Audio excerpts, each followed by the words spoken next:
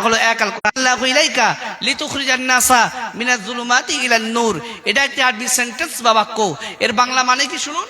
আল্লাহ পাক বলেন, হে নবী, আমি আপনার উপরে এমন একটা কিতাব অবতীর্ণ করেছি, ওই কিতাবের মাধ্যমে যারা অন্ধকারের মধ্যে পড়ে আছে, শিরকের মধ্যে পড়ে আছে, নোংরার মধ্যে পড়ে আছে, তাদেরকে আপনি টেনে টেনে টেনে আলো দিকে নিয়ে আসুন। সেজন্য আমরা বলি কোরআন মানুষকে দেয় আলো। একবার জোরে বলা যাবে সুবহানাল্লাহ। কোরআন কোনদিন টেররিস্ট বা সন্ত্রাসবাদের শিক্ষা কোরআন কোনদিন দেয় নাই, ঠিক না? ঠিক। পৃথিবীতে যত ধর্মগ্রন্থ রয়েছে, Rigveda, Samaveda, Atharvaveda, Yajurveda, Gita, Ramayana, Mahabharata, Old Testament, New Testament, দেখানিকায়, ইয়াহবিস, সমস্ত ধর্মগ্রন্থের মধ্যে টেররিস্টের কথা থাকতে পারে কিংবা নাও থাকতে পারে। Only for exception this is holy Quran. পৃথিবীর জমিনে একটাই মাত্র ধর্মগ্রন্থ, যার নাম হলো পবিত্র কোরআনুল মাজিদ। এই কোরআনের মধ্যে টেররিস্টের কথা উল্লেখ নেই। আরেকবার জোরে বলুন। এই জন্য কোরআনকে পৃথিবীর সমস্ত ধর্মগ্রন্থের মধ্য থেকে শ্রেষ্ঠ ধর্মগ্রন্থ বলা হয়েছে, ঠিক না? ঠিক। কেন? তার পিছনে আরো কারণ বলছি, শুনুন। নাম্বার 1 হলো কোরআনের মধ্যে কোনো সন্দেহ নেই, ঠিক না? ঠিক। পৃথিবীর জমিনে যত আপনি কিতাব দেখেছেন, বই দেখেছেন, প্রত্যেকটা বইয়ের মধ্যে প্রথম পৃষ্ঠায় দেখবেন লেখক তার নিজস্ব দুর্বলতাকে উল্লেখ করে বলে, আমার এই ভুলে বইয়ের মধ্যে যদি কোনো রকমের ভুল থাকে তাহলে দয়া করে আমাকে বলবেন, আমি পরবর্তী সংস্করণে ভুলটা সংশোধন করতে বাধ্য থাকিব, ঠিক না? ঠিক বলে না? বলে না? অবশ্যই বলে। কিন্তু কোরআন এমন একটা কিতাব, খোলার সঙ্গে সঙ্গে কোরআন বলছে, আমার মধ্যে সন্দেহ আছে কি সন্দেহ নেই, তোমরা শুনে রেখে দাও। যালিকাল কিতাবু লা রাইবা ফি। হে পৃথিবীর মানব এবং মানবী, শুনে রেখে দাও, আমি কোরআন তোমাদেরকে জানিয়ে দিয়ে দিলাম, আমার মধ্যে কোনো রকমের সন্দেহ, কোনো রকমের কোনো অবকাশ বিন্দু মাত্র নেই। আরেকবার জোরে বলুন। এই জন্য পৃথিবীর জমিনে কোরআনকে শ্রেষ্ঠ ধর্মগ্রন্থ বলা হয়েছে, ঠিক না? ঠিক। আরো কেন কোরআনকে শ্রেষ্ঠ ধর্মগ্রন্থ কেন বলা হয়েছে? নাম্বার 2 শুনুন। পৃথিবীর জমিনে যত ধর্মগ্রন্থ রয়েছে, ঋগ্বেদ, সামবেদ, অথর্ববেদ, যজুর্বেদ, গীতা, রামায়ণ, মহাভারত থেকে শুরু করে নিয়ে পৃথিবীতে যত ধর্মগ্রন্থ রয়েছে, প্রত্যেকটা ধর্মগ্রন্থের মধ্যে পৃথিবীর জমিনে অন্যায় কাজ করলে ওটাকে অন্যায় কাজ বলে বিবেচিত করা হয়েছে। পৃথিবীর জমিনে কোনো ব্যক্তি যদি পাপের কাজ করে, ওই কাজটাকে পাপের কাজ বলে গণ্য করা হয়েছে, কিন্তু তার শাস্তির কথা উল্লেখ করা হয়নি, ঠিক না? ঠিক। কিন্তু কোরআনের মধ্যে যদি কোনো ব্যক্তি দুনিয়ার জমিনে জিনা করে, তার শাস্তির কথা বলা হয়েছে এবং তার সেই জিনাটাকে একটা পাপ হিসেবে সেটাকেও গণ্য করা হয়েছে, ঠিক না? ঠিক। চলুন আয়াত কোথায়? পবিত্র কোরআনের পারা নম্বর হলো 18, সূরার নাম সূরা নূর আল কোরআন। আয-যানিয়াতু ওয়াজ-যানি ফাজলিদু কুল্লা ওয়াহিদিন মিনহুমা মিয়াতা জালদা। পৃথিবীর জমিনে যদি নারী হোক কিংবা পুরুষ হোক, যদি জিনা করে কিংবা ব্যভিচার করে, তার শাস্তি হলো 100 হাত বেত মারা, ঠিক না? ঠিক। শুধু তাই নয়, পৃথিবীর জমিনে যদি কোনো ব্যক্তি চুরি করে, ওই চুরিটাকে পৃথিবীর জমিনে কোরআন বলে দিয়েছে এটা হলো অন্যায় কাজ। কি কাজ? এটা হলো অন্যায় কাজ। এর শাস্তি কি? আস-সারিকু ওয়াস-সারিকাতু ফাকতাউ আইদিয়াহুমা। যদি কোনো পুরুষ কিংবা নারী যদি চুরি করে, তার শাস্তি হলো পৃথিবীর কোনো সংবিধান নয়, কোরআনের সংবিধান হলো তার পিছন দিক দিয়ে তার হাত দুটো কেটে নাও। ঠিক আছে? হ্যাঁ, ঠিক আছে। তাহলে কোরআন এই জন্য পৃথিবীর সর্বশ্রেষ্ঠ ধর্মগ্রন্থ, ঠিক না? ঠিক। চলুন নাম্বার 2 কিসের উপরে আলোচনা করব। আমি নিয়ত করেই বসেছি এবং অজু করেই বসেছি। বাপ, আমার একটা নেচার হলো বাপ, কি জানেন? অন্যান্য বক্তারা কি করে আমি জানি না বাপ। আমার কি শীত, কি বর্ষা, আর কি গরম, প্রত্যেকটা সময় আমি যখন স্টেজ করি, আলোচনা করি বাপ, অজু অবস্থায় করি বাপ। অজু অবস্থায় করলে কি হয় বাপ? যে ব্যক্তি শ্রবণ করে তার মনের মধ্যে আসর পড়ে। তাই আপনাদেরকেও বলবো, যখন কোনো মজলিসে বসবেন, ওয়াজ শ্রবণ করবেন, অজু অবস্থায় বসবেন। শ্রোতা যদি অজু অবস্থায় বসে এবং বক্তা যদি অজু অবস্থায় বসে, ওই শ্রোতা এবং বক্তার মাঝে আল্লাহর রহমত বর্ষণ হয়। জোরে বলুন। সেই জন্য বাপ অজু অবস্থায় বসবেন বাপ। অজু করেই বসেছি বাপ। পবিত্র কোরআনুল কারীমের 61 নম্বর সূরা, সূরার নাম সূরা সফ। কি বললাম? সূরার নাম সূরা সফ। এই সফের আলোচনা ইনশাআল্লাহুল আজিজ আপনাদের সম্মুখে রাখবো বাপ। তার আগে আপনাদেরকে আরেকটা কথা বলি। নাম্বার 3, যে কথাগুলো আপনারা বুঝতে পারবেন না, দয়া করে আমাকে বলবেন, আমি আপনাদেরকে প্রাঞ্জল ভাষায় আমার সাধ্যমতো আপনাদের বোঝানোর চেষ্টা করব ইনশাআল্লাহুল আজিজ। একটু উচ্চ আওয়াজে আলোচনা শুরুর পূর্বে দরুদ শরীফ আল্লাহুম্মা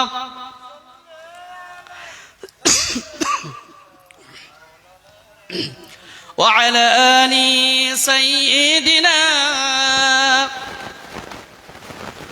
محمد بشر ليس كالبشر কি বললাম মুহাম্মাদুন বাশারুন লাইসা কাল বাশারি মুহাম্মদ সাল্লাল্লাহু আলাইহি সাল্লাম একজন মানুষ সত্যিই তিনি মানুষ তিনি জিন নন তিনি ফেরেশতা নন তিনি দানব নন তিনি একজন মানুষ তবে হ্যাঁ লাইসা কাল বাশারি আমার মতো মানুষ নয় অনেক ব্যক্তিরা বলেন কি জানেন যে মুহাম্মদ সাল্লাল্লাহু আলাইহি সাল্লাম হলেন আমাদের মতো মানুষ বলুন নাউজুবিল্লাহ হ্যাঁ তিনি রক্ত মাংস গড়া আমাদের মতো মানুষ তবে প্রকৃতপক্ষে তিনি আমাদের মতো মানুষ নন কেন জানেন কোরআন বলছি পবিত্র কোরআনের পারা নম্বর 16 সূরা কাহাফের মধ্যে আল্লাহ পাক বললেন কুল হে নবী আপনি বলুন ইন্নামা আনা বাশারুম মিসলুকুম ইউহা ইলাইয়া আমি তোমাদের মতো রক্ত মাংস গড়া মানুষ তবে একটা পার্থক্য কি জানো শুনে রেখে দাও ইউহা ইলাইয়া আমার কাছে আল্লাহ তাআলার পক্ষ থেকে ওহী অবতীর্ণ হয় জিবরাইলের মাধ্যমে জোরে বলুন আমাদের কাছে ওহী আসে জিবরাইল ফেরেশতা কোনদিন এসেছে তাহলে নবী আমাদের মতো মানুষ নয়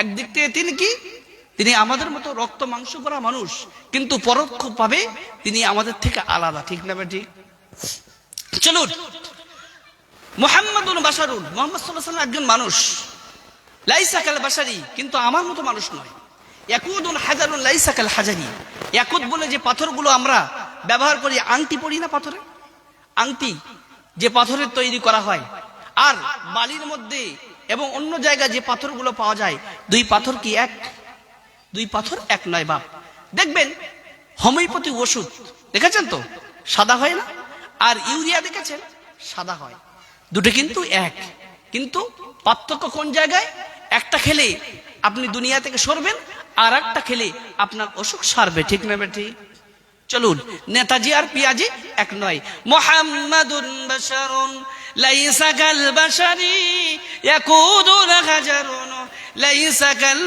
হাজারি বালাগাল উলা বিকামালিহি কাশাফাদ দুজা বিজামালিহি হাসানাতু জামিউ খিসালিহি সাল্লু আলাইহি ওয়া আলিহি তবে আপনাদেরকে একটা কথা বলি বাপ এই বালাগাল উলাটা কোন দরুদ শরীফ নয় বাপ এই বালাগাল উলাটা কি একটা নাত শরীফ শেখ সাদি রহমাতুল্লাহ আলাইহি একজন বিখ্যাত ফারসি কবি যার বাড়ি হচ্ছে ইরানের সিরাজ নামক এলাকায় কোথায় বললাম ইরানের সিরাজ নামক এলাকায় বাপ এই বালাগাল উলা যে নাত বিশ্ব নবী সাল্লাল্লাহু আলাইহি ওয়াসাল্লাম সম্পর্কে শেখ সাদি রহমাতুল্লাহ আলাইহি 4 লাইন লিখেছিলেন বাপ এর পিছনে একটা বিশাল লম্বা ঘটনা আছে বলবো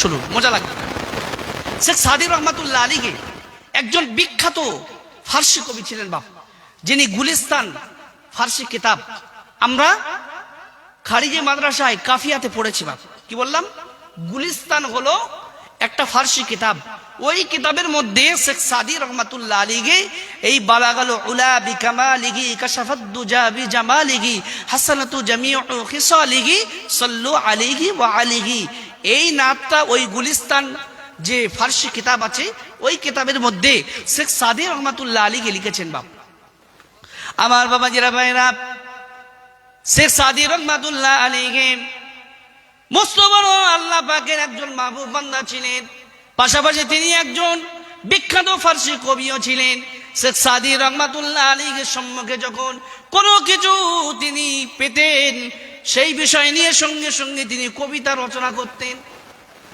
যে বিষয় তিনি মনে করতেন সেই বিষয় নিয়ে তিনি সঙ্গে সঙ্গে কবিতা বানিয়ে দিয়ে দিতেন তাহলে কি সেই লোকের প্রতিভা কম না বেশি বেশি না বাপ যেটা বলবে মানুষ সেটা সঙ্গে সঙ্গে কবিতা বানিয়ে দেবে সেই মানুষের প্রতিভা অত্যন্ত বেশি ঠিক না ঠিক চলুন শেখ সাদি রহমাতুল্লাহ আলাইহি মনে মনে ভাবলেন জীবনে বহু কবিতা রচনা করেছি কিন্তু মুহাম্মদুর রাসূলুল্লাহ সাল্লাল্লাহু আলাইহি ওয়াসাল্লাম সম্পর্কে আমি শেখ সাদি রহমাতুল্লাহ আলাইহি তেমন কোনো কবিতা রচনা করতে পারলাম না কিয়ামতের ময়দানে মাশরে রাসূলুল্লাহ সাল্লাল্লাহু আলাইহি ওয়াসাল্লামের সম্মুখে যখন আমি শেখ সাদি যখন উঠব আল্লাহর নবীর সম্মুখে কোন মুখ নিয়ে উঠব বিশ্ব নবী যদি কিয়ামতের দিন বলে ও শেখ সাদি জীবনে কত তুমি কবিতা রচনা করেছো জীবনে কত তুমি কবিতা আবৃত্তি করেছো আমি মুহাম্মদুর রাসূলুল্লাহ সাল্লাল্লাহু আলাইহি ওয়াসাল্লাম আমার সম্পর্কে তুমি তো একটা কবিতা রচনা করোনি, মানে তুমি আমাকে হয়তো পৃথিবীর জমিনে ভালোবাসোনি, আমার প্রতি হয়তো তোমার মহব্বত কম ছিল। শেখ সাদি রহমাতুল্লাহ আলাইহির মনে এই চিন্তা ভাবনা উদিত হলো। এক সময় শেখ সাদি রহমাতুল্লাহ আলাইহি একদিন কি করলেন, এশার নামাজ পড়লেন। এশার নামাজ আদায় করার পরে তিনি তাহাজ্জুদের নামাজ আদায় করলেন। তাহাজ্জুদের নামাজ আদায় করার পরে তিনি শেষ রাতটাকে বেছে নিয়ে নিলেন। এই সময় বিশ্বনবী মুহাম্মদ সাল্লাল্লাহু আলাইহি সাল্লামের সম্পর্কে আমি শেখ সাদি রহমাতুল্লাহ আলাইহি আজকে কবিতা আবৃত্তি করব, কবিতা লিখব, এই মনে করে তিনি খাতা কলম নিয়ে বসেছেন। তিনি লিখতে শুরু করলেন, বালাগাল উলা বিকামালিহি কাশাফাত দুজা বিজামালিহি হাসানাতু জামিউ খিসালিহি।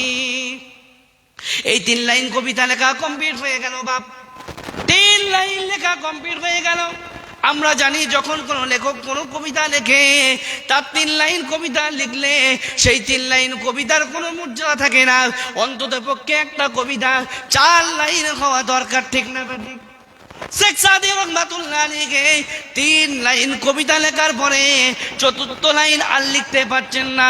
তিনি কলমটা গালে দিয়ে তিনি চিন্তা করছে, জীবনে কত কবিতা লিখেছি, জীবনে আমার সম্পর্কে যা এসেছে সেই সম্পর্কে আমি কবিতা বানিয়ে লিখেছি, কিন্তু মুহাম্মদুর রাসূলুল্লাহ সাল্লাল্লাহু আলাইহি সাল্লাম সম্পর্কে যখনই কলম ধরলাম, আমার কলম 3 লাইন লেখার পরে আর আমার কলম চলছে না, আমি আর কলম চালাতে পারছি না।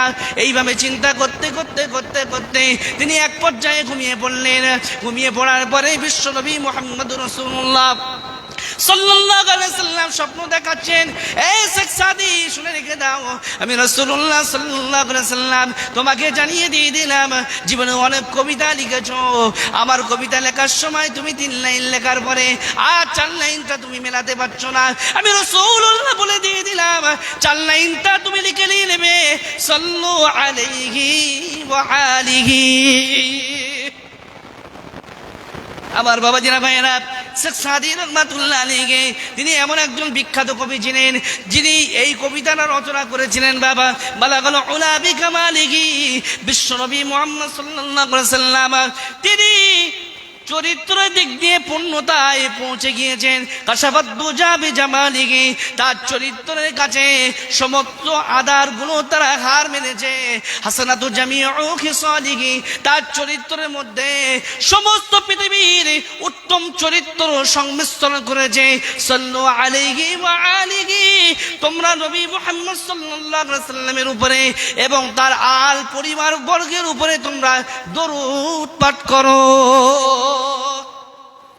এই বালাগাল উলা, এই নাতটা সারা বিশ্বের মুসলমানেরা তারা রাসূলুল্লাহ সাল্লাল্লাহু আলাইহি সাল্লামের সম্পর্কে পড়ে থাকে, ঠিক না? আমার বাবাজিরা ভাইরা, শেখ সাদি রহমাতুল্লাহ আলাইহি আর একটা আশ্চর্য ঘটনা শুনে রেখে দিন বাবা। আমরা বিচার করি মানুষদেরকে বাবা, মানুষের পোশাক থেকে বিচার করি, ঠিক না ঠিক? একজন ব্যক্তি যদি হাই এডুকেটেড ব্যক্তি হয়, যদি খুব শিক্ষিত ব্যক্তি হয়, তার পোশাকটা যদি খুব নরমাল পরিমাণ হয়, যদি তার পোশাকটা যদি মধ্যম পরিমাণ হয়, তাহলে সেই ব্যক্তিকে আমরা শিক্ষিত ব্যক্তি বলে বিবেচনা করি না, ঠিক না ঠিক? করি। একজন কলেজের প্রফেসর আসলো, ধরুন আপনাদের এই ভাঙর মহাবিদ্যালয়ের সবচেয়ে বড় যিনি পোস্টে আছেন তিনি আপনাদের এখানে আসছেন। আসার পরে আপনারা দেখলেন যে তিনি একটা মধ্যবিত্ত পোশাক পরে এসেছে, আপনারা তাকে সেইভাবে মূল্যায়ন করবেন? করবেন না। একজন প্রফেসর মানুষ, দেশদাস এবং পোশাক পরিচ্ছদ খুব সুন্দর পর্যায়ের হবে, ঠিক না ঠিক?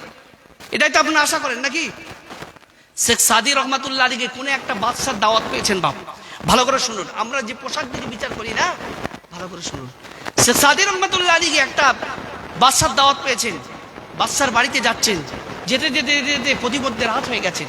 তিনি একটা বাড়িতে তিনি আশ্রয় নিয়েছেন। ওই বাড়িতে আশ্রয় নেওয়ার পরে বাড়িওয়ালা কি করেছেন জানেন? তার পোশাকগুলো মধ্য পরিমাণে দেখে, তার পোশাকগুলো নিম্ন পর্যায়ে দেখে বাড়িওয়ালা একটা জীর্ণ শীর্ণ ঘরে থাকতে দিয়েছেন এবং খুব নিম্নমানের খাবার দিয়েছে। শেখ সাদি রহমাতুল্লাহ আলাইহি খাবারগুলো গ্রহণ করলেন, রাত্রটা যাপন করলেন। করার পরে সকালবেলা আবার রাজ দরবারের দিকে যাচ্ছেন। রাজ দরবারে পৌঁছে গেলেন, রাজার দরবারে ওয়েলকাম জানানো হলো সেই সময়ের ইরানের সিরাজনগরের বিখ্যাত কবি শেখ সাদি রহমাতুল্লাহ আলাইহি ফার্সি কবি, জগৎ বিখ্যাত কবি, তিনি রাজার দরবারে এসেছেন। রাজ সিংহাসন তার জন্য ছেড়ে দেওয়া হলো। উনি কি করলেন, রাজ দরবারে থাকলেন কিছুদিন, থাকার পরে খাওয়া দাওয়া করলেন, এবং যখন তিনি রাজ দরবার থেকে বিদায় নিচ্ছেন, রাজ দরবার থেকে খুব উচ্চমানের পোশাক পরিচ্ছদ তারাকে তোহফা দেওয়া হলো, হাদিয়া দেওয়া হলো। উনি সেগুলো পরিধান করলেন। করার পরে আবার আসার সময় কি করলেন জানেন? আবার আসার সময় কি করলেন, তিনি ওই বাড়িতে আবার তিনি কি করলেন, রাত্রের বেলা যাত্রী যাপন করলেন। ওই বাড়ির মানুষরা কি করলেন জানেন? তার পোশাক পরিচ্ছদ গুলো খুব হাই কোয়ালিটি, হাই লেভেলের দেখে, উচ্চমানের দেখে তাকে একটা সুন্দর ঘর দিয়েছে প্রথমত, তারপরে তাকে খুব উচ্চমানের খাদ্য দিয়েছে তাকে।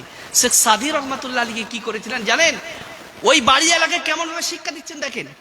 শেখ সাদি রহমাতুল্লাহ আলাইহি ওই খাবারগুলো পাওয়ার পরে তিনি খাচ্ছেন না, ওই খাবারগুলো পকেটে দিচ্ছেন। বাড়িওয়ালা অবাক হয়ে গেল, আরে আপনাকে খেতে দিলাম, আপনি খাওয়া বাদ দিয়ে খাবারগুলো পকেটে ঢোকাচ্ছেন, খাদ্যগুলো নিজের থলের মধ্যে ঢোকাচ্ছেন, ব্যাপার কি? ওই সময় শেখ সাদি রহমাতুল্লাহ আলাইহি বলেছিলেন, আমি আপনার বাড়িতে কদিন আগে এসেছিলাম, আমার পোশাক ছিল নিম্নমানের, আপনি পোশাক দেখে বিচার করেছিলেন, আমাকে নিম্নমানের খাদ্য দিয়েছিলেন, একটা জীর্ণশীর্ণ ঘরেতে থাকতে দিয়েছিলেন। আজকে উচ্চমানের পোশাক পরেছি বলে আপনারা আমাকে উচ্চমানের খাদ্য দিয়েছেন এবং খুব সুন্দর একটা বাড়িতে ঘরেতে আমাকে থাকতে দিয়েছেন। যার জন্য মানুষকে বিচার করা হয় পোশাক দেখে, সেই পোশাকই তো খাদ্যের উপযুক্ত, ঠিক না বেটি? সেই জন্য বাপ কাউকে কোনোদিন পোশাক থেকে বিচার করবেন না। সেই জন্য বিখ্যাত কবি নাজিমউদ্দিন বলেছেন, লা তাহতাকিন কাইদাদ দাঈফি ফারুব্বামা তামুতু মিন সুমুমিল আকারিব। কোনোদিন তোমরা বিষের বীজকে কোনোদিন তোমরা তুচ্ছ মনে করো না।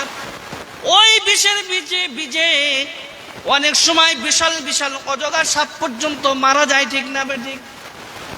ওই জন্য বাপ ছোটকে কোনোদিন ছোট মনে করবেন না বাপ। আমি এখানে বসেছি বলে আমি সব জানি তা নয়। আপনারা এখানে নিচে বসেছেন, আপনাদের চাইতে আমি অনেক কিছু জানি না বাপ, অনেক কিছু আপনাদের কাছে আমার শেখার আছে, ঠিক না বেঠিক? চলুন আলোচনায় ফিরে যাই বাপ। আলোচনায় কি শুরু করবো বাপ? কি বলেছিলাম? পবিত্র কোরআনের একটি সূরার আলোচনা করব। সূরাটার নাম হলো সূরা সফ। কি বললাম? সূরা সফ। পবিত্র কোরআনুল কারীমের 28 নম্বর পারার 61 নম্বর সূরা। এই সূরার মধ্যে কি আছে একটু শুনে রেখে দিন। এই সূরার মধ্যে মাত্র 14 খানা আয়াত আছে, 2টো রুকু আছে।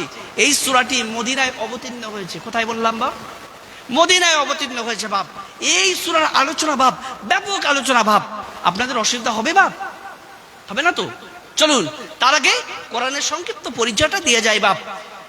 এই কোরআন অবতীর্ণ হয়েছে বিশ্বনবী মুহাম্মদ সাল্লাল্লাহু আলাইহি সাল্লামের উপরে 22 বছর 9 মাস 11 দিন, কেউ বলেছেন 23 বছর ধরে রাসূলুল্লাহ সাল্লাল্লাহু আলাইহি সাল্লামের উপরে এই কোরআন অবতীর্ণ করা হয়েছে। কোরআন কেন অবতীর্ণ হয়েছে ভালো করে শুনে রেখে দিন। কোনো আয়াতকে কেন্দ্র করে নিয়ে, কোনো ঘটনাকে কেন্দ্র করে নিয়ে, কোনো ব্যক্তিকে কেন্দ্র করে নিয়ে, কোনো জায়গাকে কেন্দ্র করে নিয়ে, কোনো জিনিসকে কেন্দ্র করে নিয়ে যখন যেটা প্রয়োজন হয়েছে তখন আল্লাহ রাব্বুল আলামিন কোরআনের আয়াতকে আল্লাহ তাআলা অবতীর্ণ করেছেন, ঠিক না ভাই? ঠিক। এই কোরআন প্রথমত লাউহে মাহফুজে সংরক্ষিত ছিল, আজও আছে, কিয়ামত পর্যন্ত থাকবে, ঠিক না ভাই? ঠিক। লাউহে মাহফুজটা কোথায়? 7 তাবক আসমানের উপরে একটা তখ্ত, সেই জায়গায় আল্লাহ রাব্বুল আলামিন কোরআনকে সংরক্ষণ করে রেখেছেন, ঠিক না ঠিক? লাউহে মাহফুজ থেকে পবিত্র মাহে রমাদানুল মুবারক মাসে বাইতুল ইজ্জা 1 নম্বর আসমানে ফেরেশতাদের একটা কাবা আছে। কি বললাম? ফেরেশতাদের একটা কাবা আছে। আমরা যে কাবায় তওয়াফ করি, যেদিকে ফিরে নামাজ পড়ি, ফেরেশতাদের একটা কাবা আছে আমাদের কাবার একদম বরাবর উপরে। কোন আসমানে? 1ম আসমানে। ওই 1ম আসমানে বাইতুল ইজ্জাতে কোরআনকে অবতীর্ণ করা হয়েছে।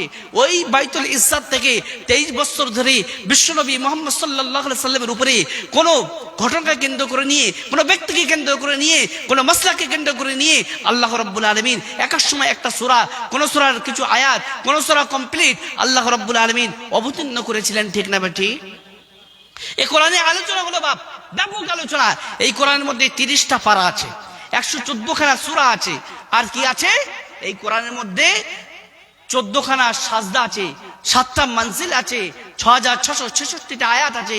কেউ বলেছেন 6236টা আয়াত আছে বাপ। এই কোরআনের মধ্যে 540টা রুকু আছে। কি বললাম? 540টা রুকু আছে। এবারে আসুন যে সূরাটির আলোচনা করব, এই সূরাটি হলো কোরআনের 114 খানা সূরার মধ্যে 61 নম্বর সূরা। কত নম্বর? 61 নম্বর সূরা। সূরার নাম কি বলেছিলাম? সূরা সফ। সফর শব্দের অর্থ হলো দল বা জামাত। কি বললাম? দল বা জামাত। আসুন সূরা আলোচনার পূর্বে আপনাদেরকে একটু কষ্ট করে আউযু বিল্লাহি মিনাশ শাইতানির রাজিম পড়তে বলবো। আপনাদের কোনো অসুবিধা হবে বাপ? আমি নিজের থেকে পড়াই না বাপ। কোরআন বলছে, দেখুন পবিত্র কোরআনের পারা নম্বর হলো 9, সূরার নাম সূরা আরাফ আল কোরআন। আল্লাহ পাক বললেন, ফাইম্মা ইয়ানসিগুন্নাকা মিনাশ শাইতানি নাজগুন ফাস্তাঈদ বিল্লাহি মিনাশ শাইতানির রাজিম। যখন তোমরা শয়তান থেকে প্রচলিত হবে, শয়তান তোমাদেরকে প্রচলনা দেবে, শয়তানের প্রচলনা থেকে বাঁচার জন্য তোমরা আউযু বিল্লাহি মিনাশ শাইতানির রাজিম পড়বে। তাই কষ্ট করে কোরআনুল কারীম শোনার পূর্বে একটু কষ্ট করে আউযু বিল্লাহি মিনাশ শাইতানির রাজিম পড়তে পারবেন আপনারা? চলুন আরেকটা দলিল বলে যাচ্ছি বাপ, ভালো করে শুনুন। পবিত্র কোরআনের পারা নম্বর হলো 19, সূরার নাম সূরা নাহলের মধ্যে আল্লাহ রাব্বুল আলামিন বললেন কি? ফাইদা করাতাল কুরআনা ফাস্তাঈদ বিল্লাহি মিনাশ শাইতানির রাজিম। যখন তোমরা পবিত্র কোরআনুল কারীম তেলাওয়াত করবে, বিতাড়িত মারদুস শয়তান হইতে আল্লাহর কাছে পানাহ চেয়ে নিয়ে নেবে। আরেকটা দলিল বলে যাচ্ছি, শুনে রেখে দিন। কুল আউযু রাব্বিকা মিন হামাযাতিশ শায়াতিন ওয়া আউযু বিকা রাব্বি আইয়াহদুরুন। হে নবী আপনি বলুন, শয়তানের প্রচলনা থেকে আমি আপনার কাছে আশ্রয় প্রার্থনা করছি, আর শয়তান যেন আমার কাছে উপস্থিত না হতে পারে তার জন্য আপনার কাছে আশ্রয় প্রার্থনা করছি। আসুন একটু কষ্ট করে আউযু বিল্লাহটা পড়ে নিন। আউযু বিল্লাহি মিনাশ শাইতানির রাজিম। এর বাংলা মানে কি?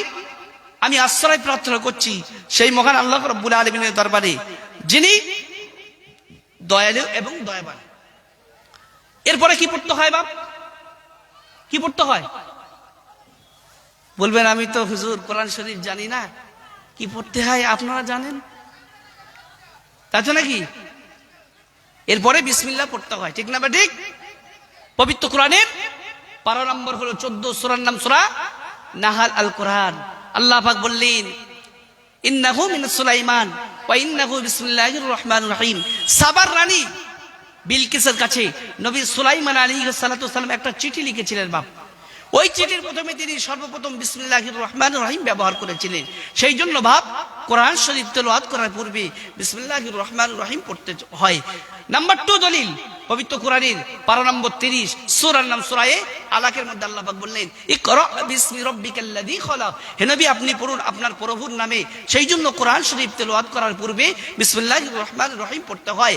কোরআন শরীফ তেলাওয়াত করার পূর্বে বিসমিল্লাহির রহমানির রহিম না পড়লে কি হয় শুনে রেখে দিন বাপ। আল্লাহ নবী বললেন, কুল্লু আমরিন যিবালিন লাম ইবদা ফীহি বিসমিল্লাহির রহমানির রহিম ফাহুয়া আক্তা। যে ব্যক্তি যে কাজ করার পূর্বে বিসমিল্লাহির রহমানির রহিম পড়লো না, সেই কাজটা হলো লেস কাটা, বরকত শূন্য, ঠিক না বেঠিক? যখন কোন কাজ করবেন সেই কাজ করার পূর্বে বিসমিল্লাহির রহমানির রহিম বাবাজি পড়বেন। তাই একটু কষ্ট করে আউযু বিল্লাহি মিনাশ শাইতানির রাজিমের মতো বিসমিল্লাহটা পড়ে নিন। বিসমিল্লাহির রহমানির রহিম। এর বাংলা মানে কি? শুরু করে দিচ্ছি সেই আল্লাহ রাব্বুল আলামিনের নামে, যিনি পরম করুণাময়, দয়ালু এবং দয়াবান। এবার আসুন বিসমিল্লাহ পড়লে কি উপকারটা একটু শুনুন। আমি কেন আপনাদেরকে পড়িয়েছি একটু শুনে রেখে দিন। আল্লাহ নবী বললেন, ও দুনিয়ার মানুষ তোমরা শুনে রেখে দাও, আমি মুহাম্মদ সাল্লাল্লাহু আলাইহি সাল্লাম তোমাদেরকে জানিয়ে দিয়ে দিলাম, ইদা ক্বালা আবদু বিসমিল্লাহির রহমানির রহিম লাম ইয়াবকি মিন যুনুবিহি যাররা। যখন কোনো বান্দা একবার বিসমিল্লাহির রহমানির রহিম পড়ে, তার জীবনে যত সগীরা গুনাহ রয়েছে সমস্ত সগীরা গুনাহ আমার আল্লাহ পাক maaf করে দিয়ে দেয়। আল্লাহ নবী হাদিস শরীফের মধ্যে বললেন, ইদা ক্বালা আবদু বিসমিল্লাহির রহমানির রহিম লাম ইয়াবকি মিন যুনুবিহি যাররা ইয়াযুবু শাইতানু কামা ইয়াযুবুর রাসাসু ফিন নার।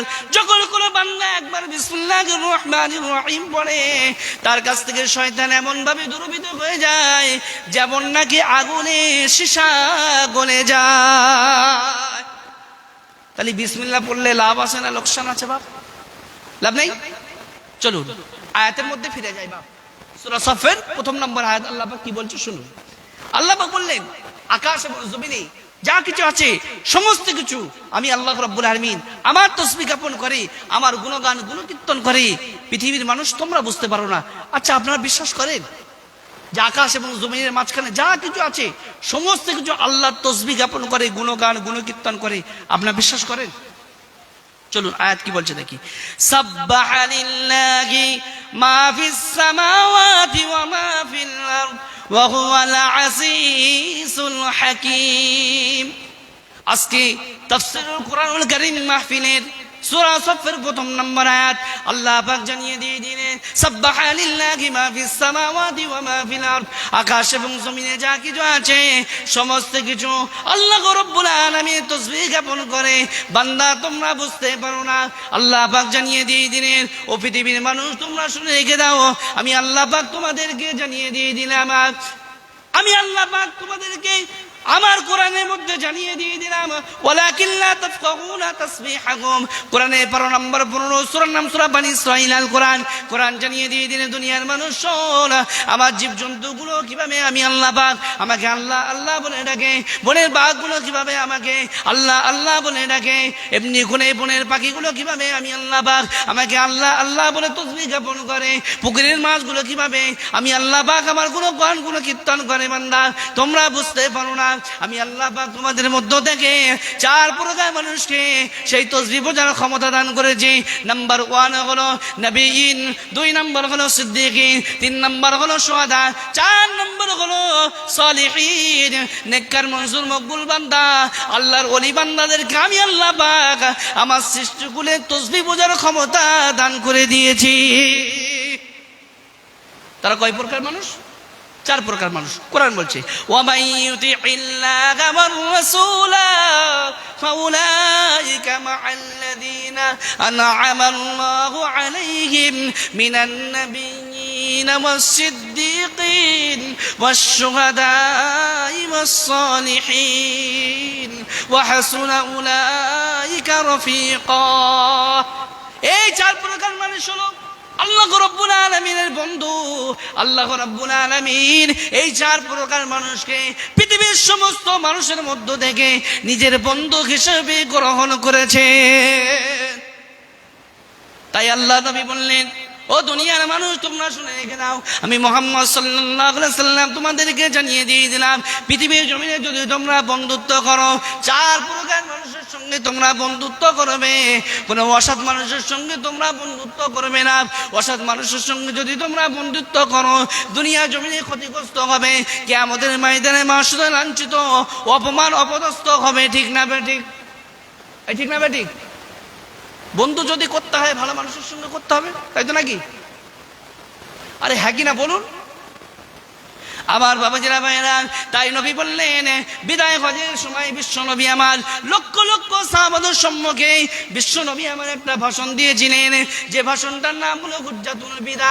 632 খ্রিস্টাব্দে বিশ্ব নবী সাল্লাল্লাহু আলাইহি সাল্লাম যে ভাষণটা দিয়েছিলেন বিদায় হজের ময়দানে, বিশ্ব নবী আমার বললেন, ও আমার সাহাবায়ে কেরাম তোমরা শুনে রেখে দাও, আমি মুহাম্মদ সাল্লাল্লাহু আলাইহি সাল্লাম তোমাদেরকে জানিয়ে দিয়ে দিলাম, তারাকতু ফীকুম আমরাইনি লান তাদিল্লু মা তামাসসাকতুম বিহিমা কিতাবাল্লাহি ওয়া সুন্নাত রাসূলিহি।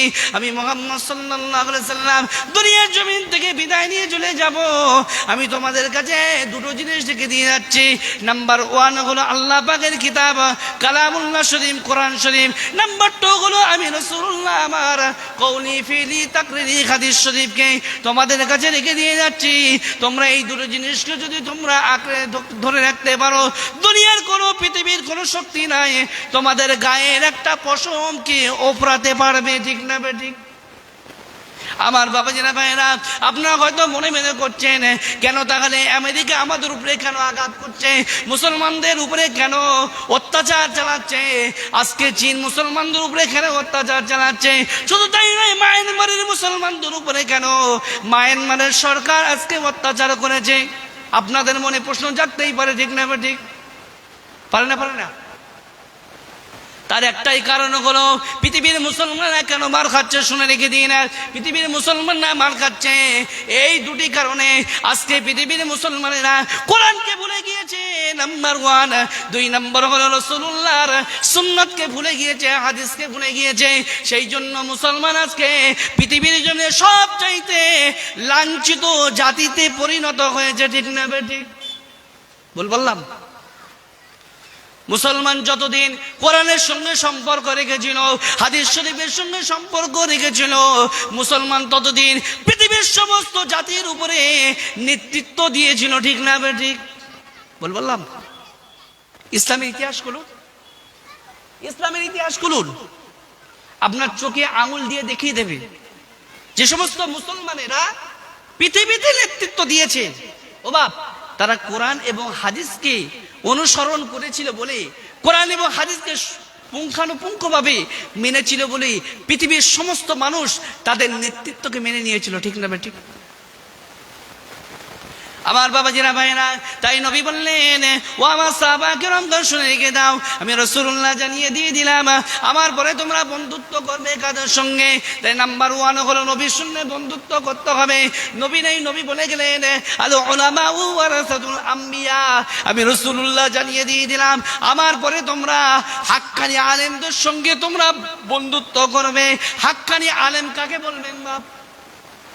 মাথায় টুপি দিলে, মাথায় পাগড়ি বাঁধলে, মুখে হ্যাঁসা বড় দাড়ি রাখলে, হাঁটুর নিচ পর্যন্ত গোল পাঞ্জাবি বললে, তাকে হাক্কানি আলেম বলবেন? তাকে হাক্কানি আলেম বলবেন? খবরদার না। হাক্কানি আলেম কাকে বলবেন? ওই ব্যক্তি হলো হাক্কানি আলেম। আল আলিমু বিলা আমালিন কাশাজারি বিলা সামার। হাক্কানি আলেম যার মধ্যে আমল আছে, যার মধ্যে আমল নেই, ওই ব্যক্তি হাক্কানি আলেম নয়, ঠিক না ঠিক? আমি শিক্ষা অর্জন করলাম বাপ, সেই অনুযায়ী চলতে পারলাম না, আমি নিজেকে হাক্কানি আলেম বলে পরিচিত করতে পারবো না, ঠিক না ঠিক? হাক্কানি আলেম কারা? যারা ইলম অর্জন করেছে এবং সেই মোতাবেক দুনিয়াতে আমল করেছে বাপ। দুটোই লাগবে, ঠিক না ঠিক? হাক্কানি আলেমের মর্যাদা শুনলে বাপ অবাক হয়ে যাবেন, শুনে রেখে দিন। আল্লাহ নবী বললেন নাম্বার ওয়ান হলো মান সাল্লা খালফানি মিন তাকিয়িন ফাকান্নামা সাল্লা খালফা নবিয়িন।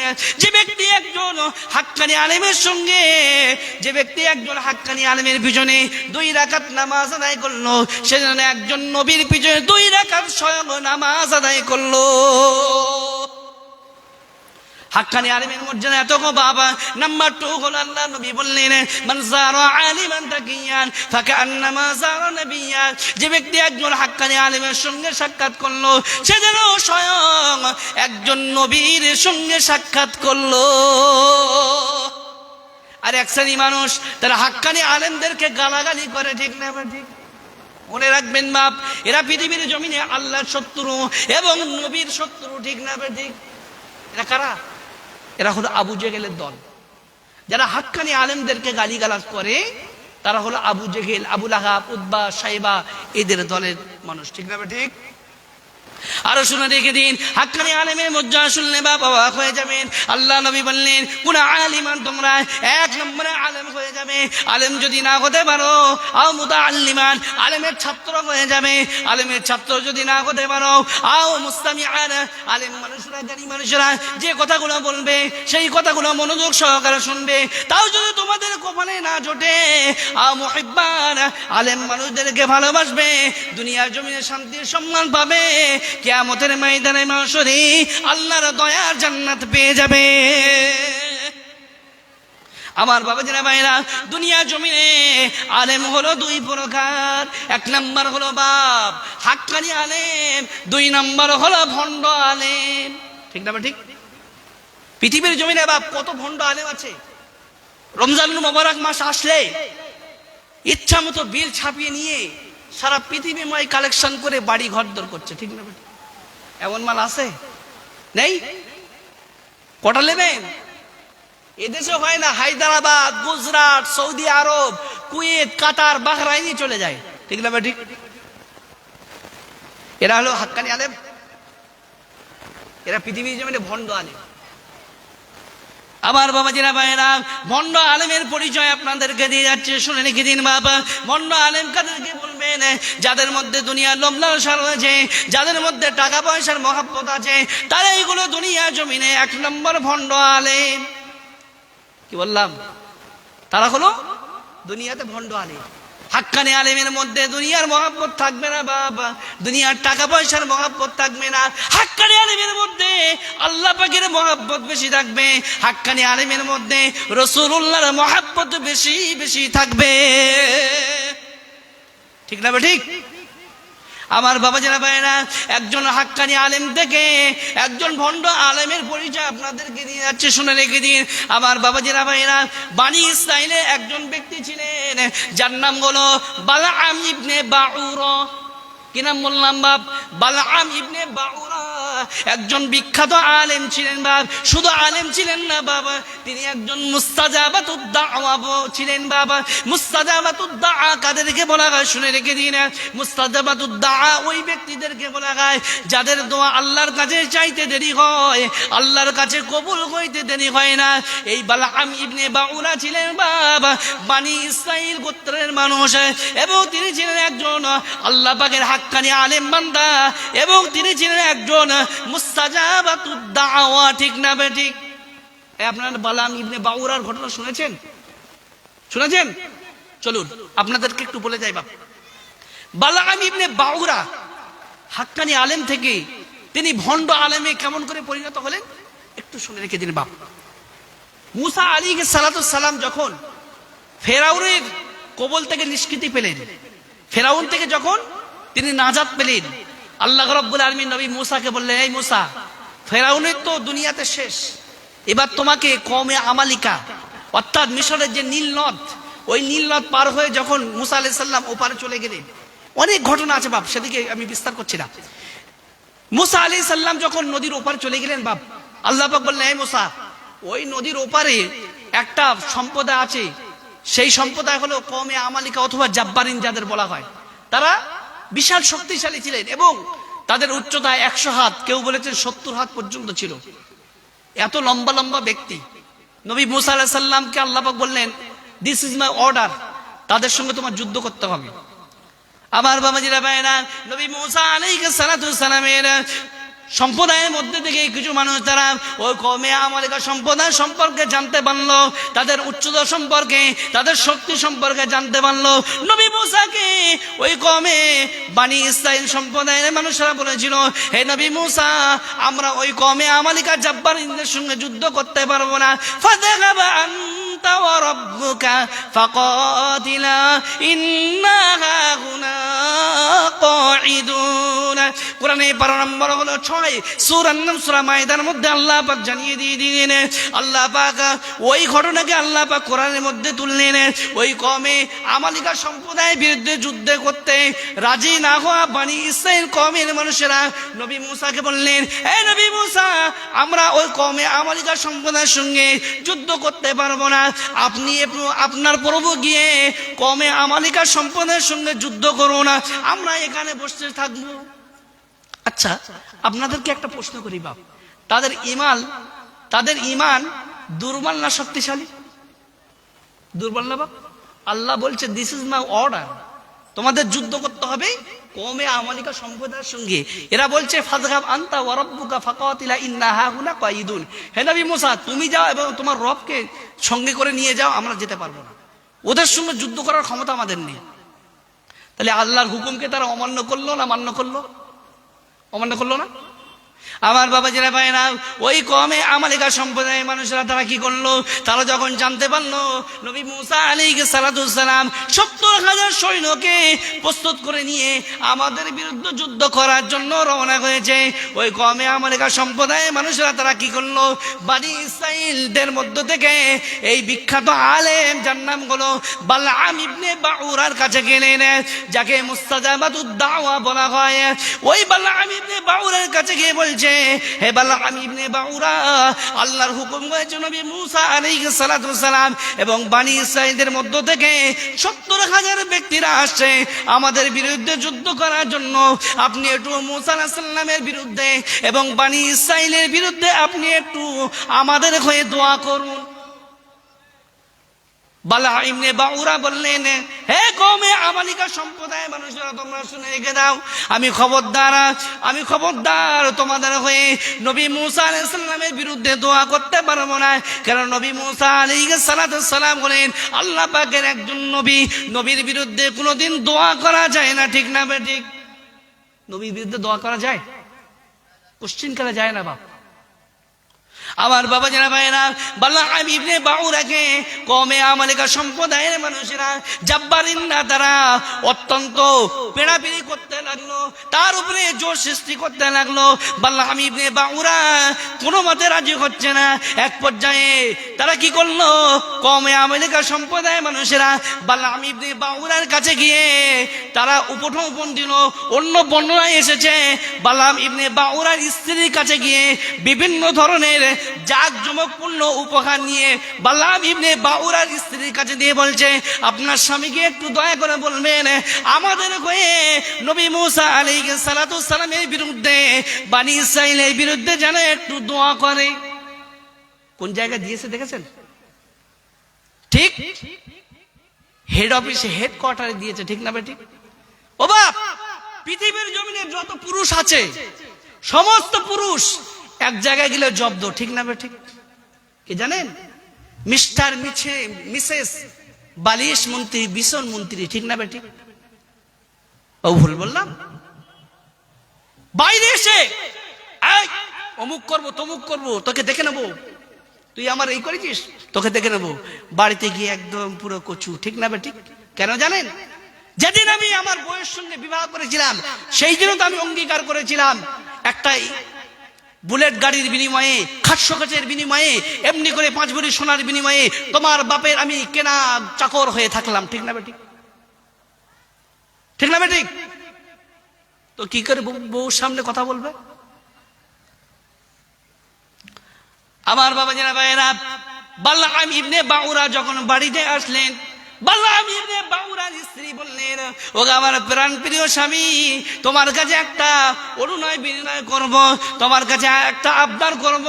কওমে আমালিকা সম্প্রদায়ের মানুষেরা এসেছিল নবী মুসা আলাইহিস সালামের বিরুদ্ধে দোয়া করার জন্য, আমাদের বাড়িতে অনেক তোফা হাদিয়া দিয়েছে, আপনি একটু তাদের বিরুদ্ধে দোয়া করো না। বালাম ইবনে বাউরা তার স্ত্রীকে বললেন, তোমার কি মাথাটা খারাপ হয়ে গিয়েছে নাকি? নবীর বিরুদ্ধে দোয়া করব কোন কায়দায়? আল্লাহর তরফ থেকে তো নিষেধ করা হয়েছে, ঠিক না বেঠিক?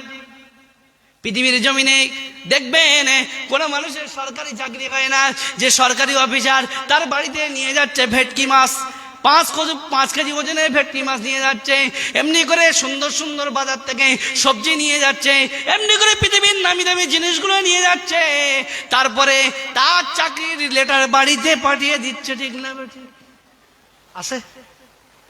হয় না বাপ? কোন কাজ বেঁধে আছে, কোন কাজ হচ্ছে না, মনে করেন কোন একটা চাকরি হচ্ছে না, কোন একটা পোস্টে নিয়োগ হচ্ছে না, ওই ব্যক্তি কি করেন জানেন? কাউকে না জানিয়ে যে ব্যক্তি প্রধান তার বাড়িতে এইসবগুলো নিয়ে চলে যায়, সেই ব্যক্তি খুব খুশি, ও সই করে দিল, হয়ে গেল। হয় না? হয় না? বর্তমান যুগে হচ্ছে না? হয় না? হয়তো নাকি? আর সে তো অনেক পূর্বে, আগের সময়ের কথা বলছি, সেখানে হয়েছিল, ঠিক না বেঠিক? আমার বাবা জিরা ভাইরা, বালাম ইবনে বাউরা প্রথমত তিনি অস্বীকার করলেন, না না না না, নবী মুসার বিরুদ্ধে বদদোয়া করা যাবে না। নবী মুসা আলাইহিস সালাম হলেন আল্লাহ পাকের নবী। বালাম ইবনে বাউরাকে পেড়াপিড়ি করতে লাগলো। এক সময়ে কওমে আমালিকার মানুষেরা তারা বালাম ইবনে বাউরার উপরে জোর জবরদস্তি করতে লাগলো, আপনি উপঢৌকন নিয়েছেন, আপনার স্ত্রী উপঢৌকন নিয়েছে, আমাদের হয়ে নবী মুসা আলাইহিস সালামের বিরুদ্ধে বদদোয়া করতে হবে। বালাম ইবনে বাউরা বলছে, হে কওমে আমালিকা সম্প্রদায়ের মানুষেরা শোনো, আল্লাহর কাছে আমি একটু 2 রাকাত ইস্তিখারার নামাজ আদায় করে একটু জেনে নেই, নবী মুসা আলাইহিস সালামের বিরুদ্ধে বদদোয়া করা যাবে কি যাবে না। আমার বাবা যারা ভাইরা, ইস্তিখারার নামাজ ওই নামাজটাকে বলা হয় যারা আল্লাহ পাকের ওলি বান্দা হয়, ওই নামাজটা আদায় করার পরে তাদের অন্তরে আল্লাহ পাক ইলহাম করেন যে কাজটার জন্য ওই বান্দা নামাজ আদায় করে, ইস্তিখারার নামাজ, ইস্তিখারার নামাজের পরে আল্লাহ রাব্বুল আলামিন তার অন্তরের মধ্যে ইলহামের মাধ্যমে জানিয়ে দেয় এই কাজটা করা যাবে কি করা যাবে না। বাল্লা ইবনে বাউরা কি করলেন? ইস্তেখারার নামাজ আদায় করলেন। করার পরে তিনি জানতে পারলেন আল্লাহর পক্ষ থেকে জানানো হলো, এই বাল্লা ইবনে বাউরা শুনে রেখে দাও, খবরদার খবরদার, নবী মুসা আলাইহিস সালামের বিরুদ্ধে আল্লাহর কাছে কোনোদিন বদদুয়া করা যাবে না। নবী মুসা আলাইহিস সালামের বিরুদ্ধে যদি তুমি বদদুয়া করো, বনি ইসরাইলদের বিরুদ্ধে যদি তুমি বদদুয়া করো, তোমার দুনিয়া এবং আখিরাত সব শেষ হয়ে যাবে। যতক্ষণ উপর নিয়েছে কাজ তো করতেই হবে, ঠিক না ঠিক? নেমখারামি তো করা যাবে না। উনি কি করলেন? এক পর্যায়ে দুটো হাত তুলে আল্লাহর কাছে নবী মুসা আলাইহিস সালামের বিরুদ্ধে বদদুয়া করতে লাগলেন। যেই বদদুয়া শুরু করেছে বাবা, আল্লাহ রাব্বুল আলামিন তার জবানটাকে কি করলেন শুনে রেখে দিন। তার জবানটাকে নবী মুসার বিরুদ্ধে যখন বদদুয়ার কথা বলতে যায়, কওমে আমলাকার বিরুদ্ধে বদদুয়াটা আল্লাহ পাক জবান থেকে অটোমেটিক বলিয়ে নেয়।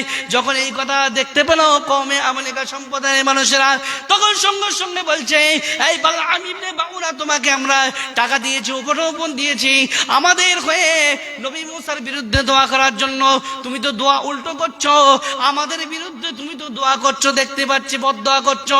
ওই সময় বালআম ইবনে বাউরা বলছেন, হে কওমে আমলিকা সম্প্রদায়ের মানুষেরা, তোমরা শুনে রেখে দাও, আল্লাহকে আল্লাহর কসম করে জানিয়ে দিয়ে দিলাম, আমার জিম আমার আয়াত্তর মধ্যে নেই। আল্লাহ রাব্বুল আলামিন নবী মুসার বিরুদ্ধে দোয়া করতে যেই যায়, আল্লাহ রাব্বুল আলামিন তোমাদের বিরুদ্ধে দোয়াটা আল্লাহ পাক আমার দ্বারাই করিয়ে নেয়। উল্টো হচ্ছে দোয়া। নবী মুসার বিরুদ্ধে যেই কথা বলতে যায়, বদদুয়া করতে যায়, অমনি করে কওমে আমলাকের বিরুদ্ধে বদদুয়া হয়ে যায়। থামো থামো থামো, খবরদার থামো। একবার যদি বদদুয়া করে ফেলে কবুল হবে না? হবে না? মুস্তাজাবাতুদ দাওয়া, কি বললাম? মুস্তাজাবাতুদ দাওয়া। পৃথিবীর জমিনে আরো 3 জন ব্যক্তি আছেন যাদের দোয়া বিদ্যুতের গতির ন্যায় আল্লাহর দরবারে কবুল হয়, ঠিক না ঠিক? আল্লাহ নবী বললেন, ও দুনিয়ার মানুষ, তোমরা শুনে রেখে নাও, আমি মুহাম্মদ সাল্লাল্লাহু আলাইহি সাল্লাম তোমাদেরকে জানিয়ে দিয়ে দিলাম, সালাসাতুম মুস্তাজাবাতুদ দাওয়া লা শাক্কা ফিহিন। আল্লাহ নবী বললেন, 3 প্রকার মানুষ হলো পৃথিবীর জমিনে মুস্তাজাবাতুদ দাওয়া। 1 নম্বর হলো দাওয়াতুল মাজলুমা, অত্যাচারিত ব্যক্তি হলো পৃথিবীর জমিনে মুস্তাজাবাতুদ দাওয়া। কোন অত্যাচারী ব্যক্তি যদি আল্লাহর কাছে দুটো হাত তুলে দোয়া করে, ও দয়াময় আল্লাহ, আমি কোনো অন্যায় করিনি, অপরাধ করিনি, আল্লাহ আমার উপরে বিনা কারণে অত্যাচার করা হচ্ছে, আল্লাহ রাব্বুল আলামিন ওই অত্যাচারিত ব্যক্তির দোয়া মুহূর্তের মধ্যে তার দরবারে কবুল করে নেয়। 2 নম্বর হলো ওয়া দাওয়াতুল মুসাফির, কোন মুসাফির ব্যক্তি যদি আল্লাহর কাছে দুটো হাত তুলে দোয়া করে, ওই ব্যক্তির দোয়া আল্লাহর দরবারে কারেন্টের মতো কবুল হয়ে যায়। 3 নম্বর হলো মুস্তাজাবাতুদ দাওয়া, কারা শুনে রেখে দিন, ওয়া দাওয়াতুল ওয়ালিদি আলা ওয়ালাদিহি, কোন সন্তানের জন্য যদি পিতা মাতা দুটো হাত তুলে দোয়া চায়, ওই দোয়া আল্লাহর দরবারে সন্তানের জন্য কারেন্টের মতো কবুল হয়ে যায়। আবার বাবাজিরা ভাইরা, ওই বালআম ইবনে বাউরা কি করলেন? দোয়া বন্ধ করলেন। বন্ধ করার পরে বনি ইসরাইলদের বিরুদ্ধে দোয়া করার সময় কওমে আমলিকা সম্প্রদায়ের মানুষদেরকে বললেন, হে কওমে আমলিকা সম্প্রদায়ের মানুষেরা, আমি যেই নবী মুসার বিরুদ্ধে বদদুয়া করতে যাই, আল্লাহ রাব্বুল আলামিন আমার জবানটাকে তোমাদের বিরুদ্ধে ঘুরিয়ে দেয়। তবে আমি আর বদদুয়া করতে পারবো না। তোমাদের একটা বুদ্ধি দিতে পারি। কি বুদ্ধি জানো? শয়তান হলে যা হয়, শয়তানের বুদ্ধি তার মাথায় থাকে, ঠিক না ঠিক? এতক্ষণ পর্যন্ত ভালো ছিল, ঠিক না ঠিক? একজন হাক্কানি আলেম ছিল। আমি কওমের মধ্যে যত সুন্দরী মহিলা আছে, সব সুন্দরী মহিলাদেরকে সাজিয়ে গুছিয়ে ওই বানি ইসরাইলের যে সৈন্য আছে তাদের মাঝে ছেড়ে দাও, ব্যাস। ও বাপ, পৃথিবীর জমিনে এই দুটো কারণে দুনিয়ার মানুষ সব ধ্বংস হয়েছে, ঠিক না ঠিক? কোন দুটি কারণ, কোন দুটি জিনিস? নাম্বার 1 হলো ফাত্তাকুদ দুনিয়া ওয়াত্তাকুন নিসা। দুনিয়ার টাকা পয়সা, লোভ, মায়া, মমতার কারণে দুনিয়ার মানুষ ধ্বংস হয়েছে, ঠিক না ঠিক? 2 নম্বর হলো মহিলাদের কারণে দুনিয়ার মানুষ ধ্বংস হয়েছে। নিজের স্ত্রী নয় বাপ, অনেকের স্ত্রী আছে, তাই তো নাকি? যাক, ও বাপ ভালো করে শুনুন, বালআম ইবনে বাউরা বললেন, স্ত্রী তোমাদের মহিলাদেরকে ভালো করে সাজিয়ে বানি ইসরাইলের কওমের মধ্যে ছেড়ে দাও। দিলে কি হবে? কোন মানুষ যদি আকৃষ্ট হয় তোমাদের নারীর সঙ্গে, তোমাদের মহিলাদের সঙ্গে, তাহলে সে খারাপ কাজ করবে। খারাপ কাজ করার ফলে আল্লাহর পক্ষ থেকে তাদের উপরে যে রহমত ছিল, রহমত শেষ হয়ে যাবে, গজব নাজিল হবে, ঠিক না ঠিক? তার মধ্যে থেকে একজন সৈন্য একটা সুন্দরী নারীর উপরে আকৃষ্ট হয়ে গেল, তার প্রেমে পড়ে গেল, তার সঙ্গে অবৈধ মেলামেশা করলো। করার পরে আল্লাহ রাব্বুল আলামিন একদিনে 70,000 বানি ইসরাঈলদের মধ্যে আল্লাহ পাক প্লেগ রোগ ছড়িয়ে দিয়েছিলেন। কত মানুষ মারা গেল। ও বাপ, এই মহিলাকে কেন্দ্র করে নিয়ে বাপ পৃথিবীর প্রথম হত্যা, ঠিক না ঠিক? নবী আদম আলাইহিস সালামের পুত্র হাবিল আর কাবিল, হাবিলকে হত্যা করেছিল কাবিল কেন? মহিলাকে কেন্দ্র করে নিয়ে, ঠিক না ঠিক? বানি ইসরাঈলের শত্রুদের মধ্যে আল্লাহর রহমত উঠে গিয়েছিল। বানি ইসরাঈল কওমের মধ্যে আল্লাহর গজব নাজিল হয়েছিল এই মহিলাকে কেন্দ্র করে নিয়ে, ঠিক না ঠিক? নবী মুসা আলাইহিস সালাম আল্লাহর দরবারে দোয়া করলেন, আল্লাহ রাব্বুল আলামিন প্লেগ রোগটাকে আল্লাহ পাক দূরীভূত করলেন। জোরে বলুন, আর একটু জোরে হবে না? নারে তাকবীর। ও বাপ, সন্ধ্যেবেলা যদি এই আওয়াজ হয়, এরপরে তো আপনাদের মনে হয় পাওয়া যাবে না, যাবে বলে মনে হয়? একটু জোরে সোরে তাকবীর দেন তো। নারে তাকবীর। হিজবুল্লাহ, হিজবুল্লাহ, সিলসিলা ফুরফুরা শরীফ। নারে তাকবীর। উচ্চ আওয়াজে দরুদ আল্লাহুম্মা সাল্লি আলা সাইয়্যিদিনা। একটু জোরে পড়েন, নবীর উপরে দরুদ পড়বেন, এত অনীহা কেন আপনাদের? ওয়া আলা আলি সাইয়্যিদিনা।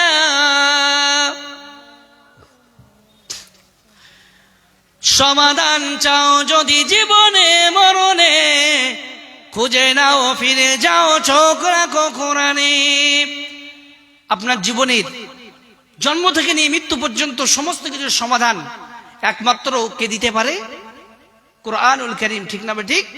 এই কোরআনের মধ্যে পৃথিবীর সমস্ত কিছুর বর্ণনা আল্লাহ রাব্বুল আলামিন দিয়েছেন, ঠিক না ঠিক? সমাধান চাও যদি জীবনে মরণে, খুঁজে নাও ফিরে যাও, চোখ রাখো কোরআনে। এ বাণী সকলের নয় শুধু মুমিনের, যারা মানবে চলে ফল পাবে কোরআনের, ঠিক না ঠিক? কি হিন্দু, কি খ্রিস্টান, কি জৈন, কি বৌদ্ধ, কি কুলে, কি দোলে, কি সাঁওতাল, কি বাগদি, যে কোরআন মেনে চলেছে দুনিয়ার জমিনে কল্যাণের পথ দেখেছে, পরকালেও কল্যাণের পথ দেখবে, ঠিক না ঠিক? এ বাণী সকলে নয় শুধু মুমিনের, যারা মানবে চলে ফল পাবে কোরআনের। ঘরে বলো কিবা রাষ্ট্রে বলো, অশান্তি দূর করে শান্তি আনে। সমাধান চাও যদি জীবনে মরণে, খুঁজে নাও ফিরে যাও, চোখ রাখো কোরআনে। দরুদ আল্লাহুম্মা, জোরে জোরে।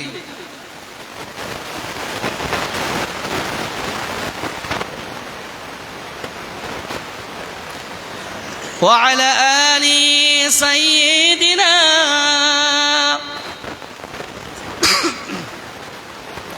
আমার বাবাজিরা ভাইরা, আলোচনায় ফিরে যাই বাপ। 4 প্রকার মানুষের সঙ্গে বন্ধুত্ব করতে হবে বলেছিলাম, আপনাদের মনে আছে? আছে আছে আছে। 1 নম্বর হলো নবীদের সঙ্গে বন্ধুত্ব করতে হবে। 2 নম্বর হলো সিদ্দিকীন, সত্যবাদীদের সঙ্গে বন্ধুত্ব করতে হবে। সত্যবাদীদের সঙ্গে বন্ধুত্ব করা নিয়ে কোরআন কি বলছে দেখি, ইয়া আইয়ুহাল্লাযীনা আমানুত্তাকুল্লাহা ওয়া কুনু মা'আস সাদিকিন।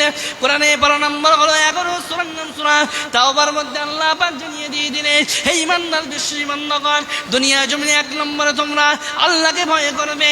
2 নম্বর হলো ওয়া কুনু মা'আস সাদিকিন, দুনিয়া জমিনে যারা সত্যবাদী তাদের সঙ্গে হয়ে তোমরা চলবে। শুধু সত্যবাদীদের সঙ্গে হয়ে চললে হবে না, নিজেকেও সত্য কথা বলতে হবে, ঠিক না ঠিক? চাচা সারাদিন 4 দোকানে বসে বসে অনার্গল মিথ্যা কথা বলে আর বন্ধুত্ব করে রেখেছে বাবা সত্যবাদীর সঙ্গে। ও চাচার মূল্য আছে না নেই বাপ? আছে, মূল্য আছে। সারাদিন মিথ্যা কথা বলছে, আর সন্ধ্যাবেলা সকালবেলা বন্ধুর সঙ্গে সাক্ষাৎ হওয়ার পরে আসসালামু আলাইকুম বন্ধু, কেমন আছো? চাচার কোনো মূল্য আছে? সত্যবাদীর সঙ্গে বন্ধুত্ব করতে হবে, নিজেকেও সত্য কথা বলতে হবে। আমি বলি নাই, কোরআন বলছে দেখুন, ইয়া আইয়ুহাল্লাযীনা আমানুত্তাকুল্লাহা ওয়া কুনু সাদিদা। কোরআনে 12 নম্বর হলো 21 সূরার নাম সূরা আহজাবের মধ্যে আল্লাহ পাক জানিয়ে দিয়ে দিলেন, হে ইমানদার বিশ্বাসী বান্দাগণ, এক নম্বর দুনিয়া জমিনে পৃথিবীর কোনো ব্যক্তিকে ভয় করবে না, পৃথিবীর কোনো শক্তিকে ভয় করবে না, আমি আল্লাহ পাক আমাকে ভয় করবে। 2 নম্বর হলো ওয়াকুলু কওলান সাদিদা, সদা সর্বদা তোমরা দুনিয়ার জমিনে সত্য কথা বলবে।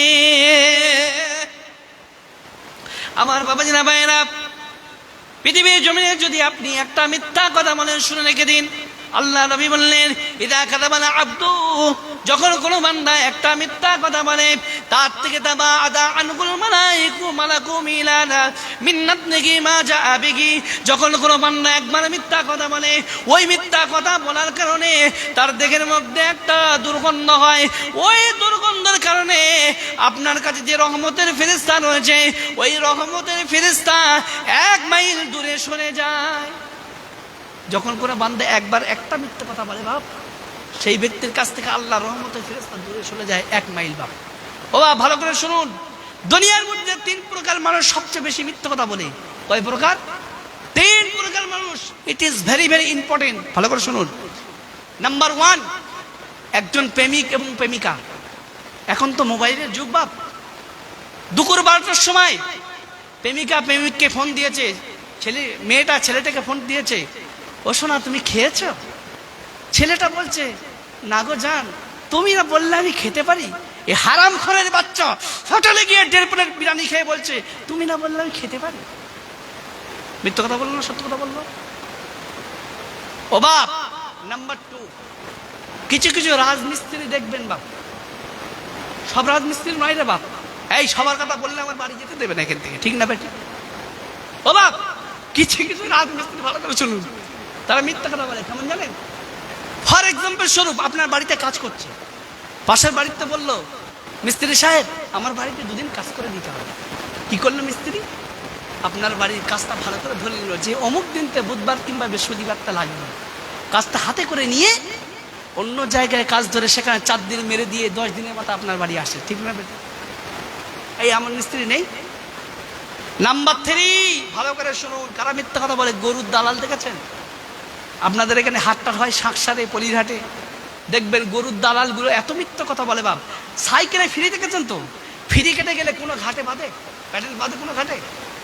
গরুর দালালগুলোর মুখ ওই রকম সাইকেলে ফ্রি কাটার মতো হয়ে যায়, কোনো ঘাটে বাঁধে না, ঠিক না? ঠিক।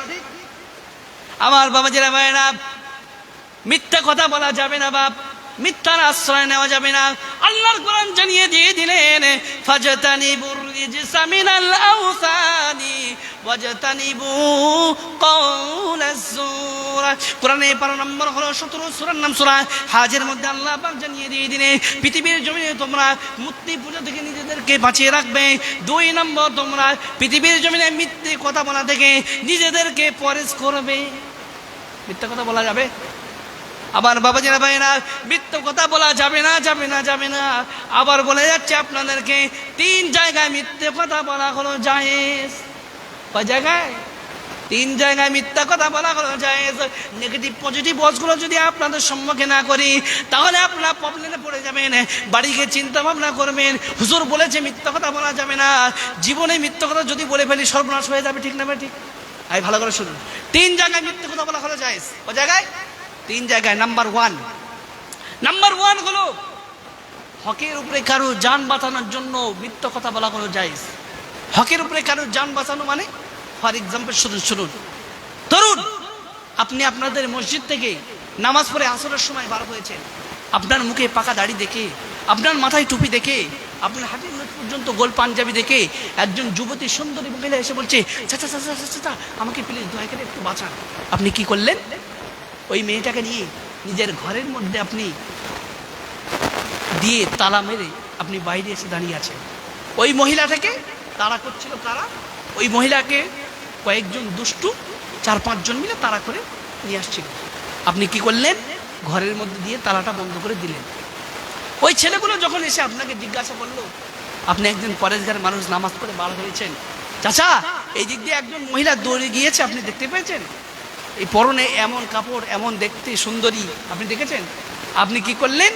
ওই জায়গায় যদি বলেন, না বাবু আমি দেখিনি, কোন দিক দিয়ে চলে গেছে আমি কি করে বলবো, আল্লাহ নবী বলছে এই জায়গায় কোনো গুনাহ নেই। কেন?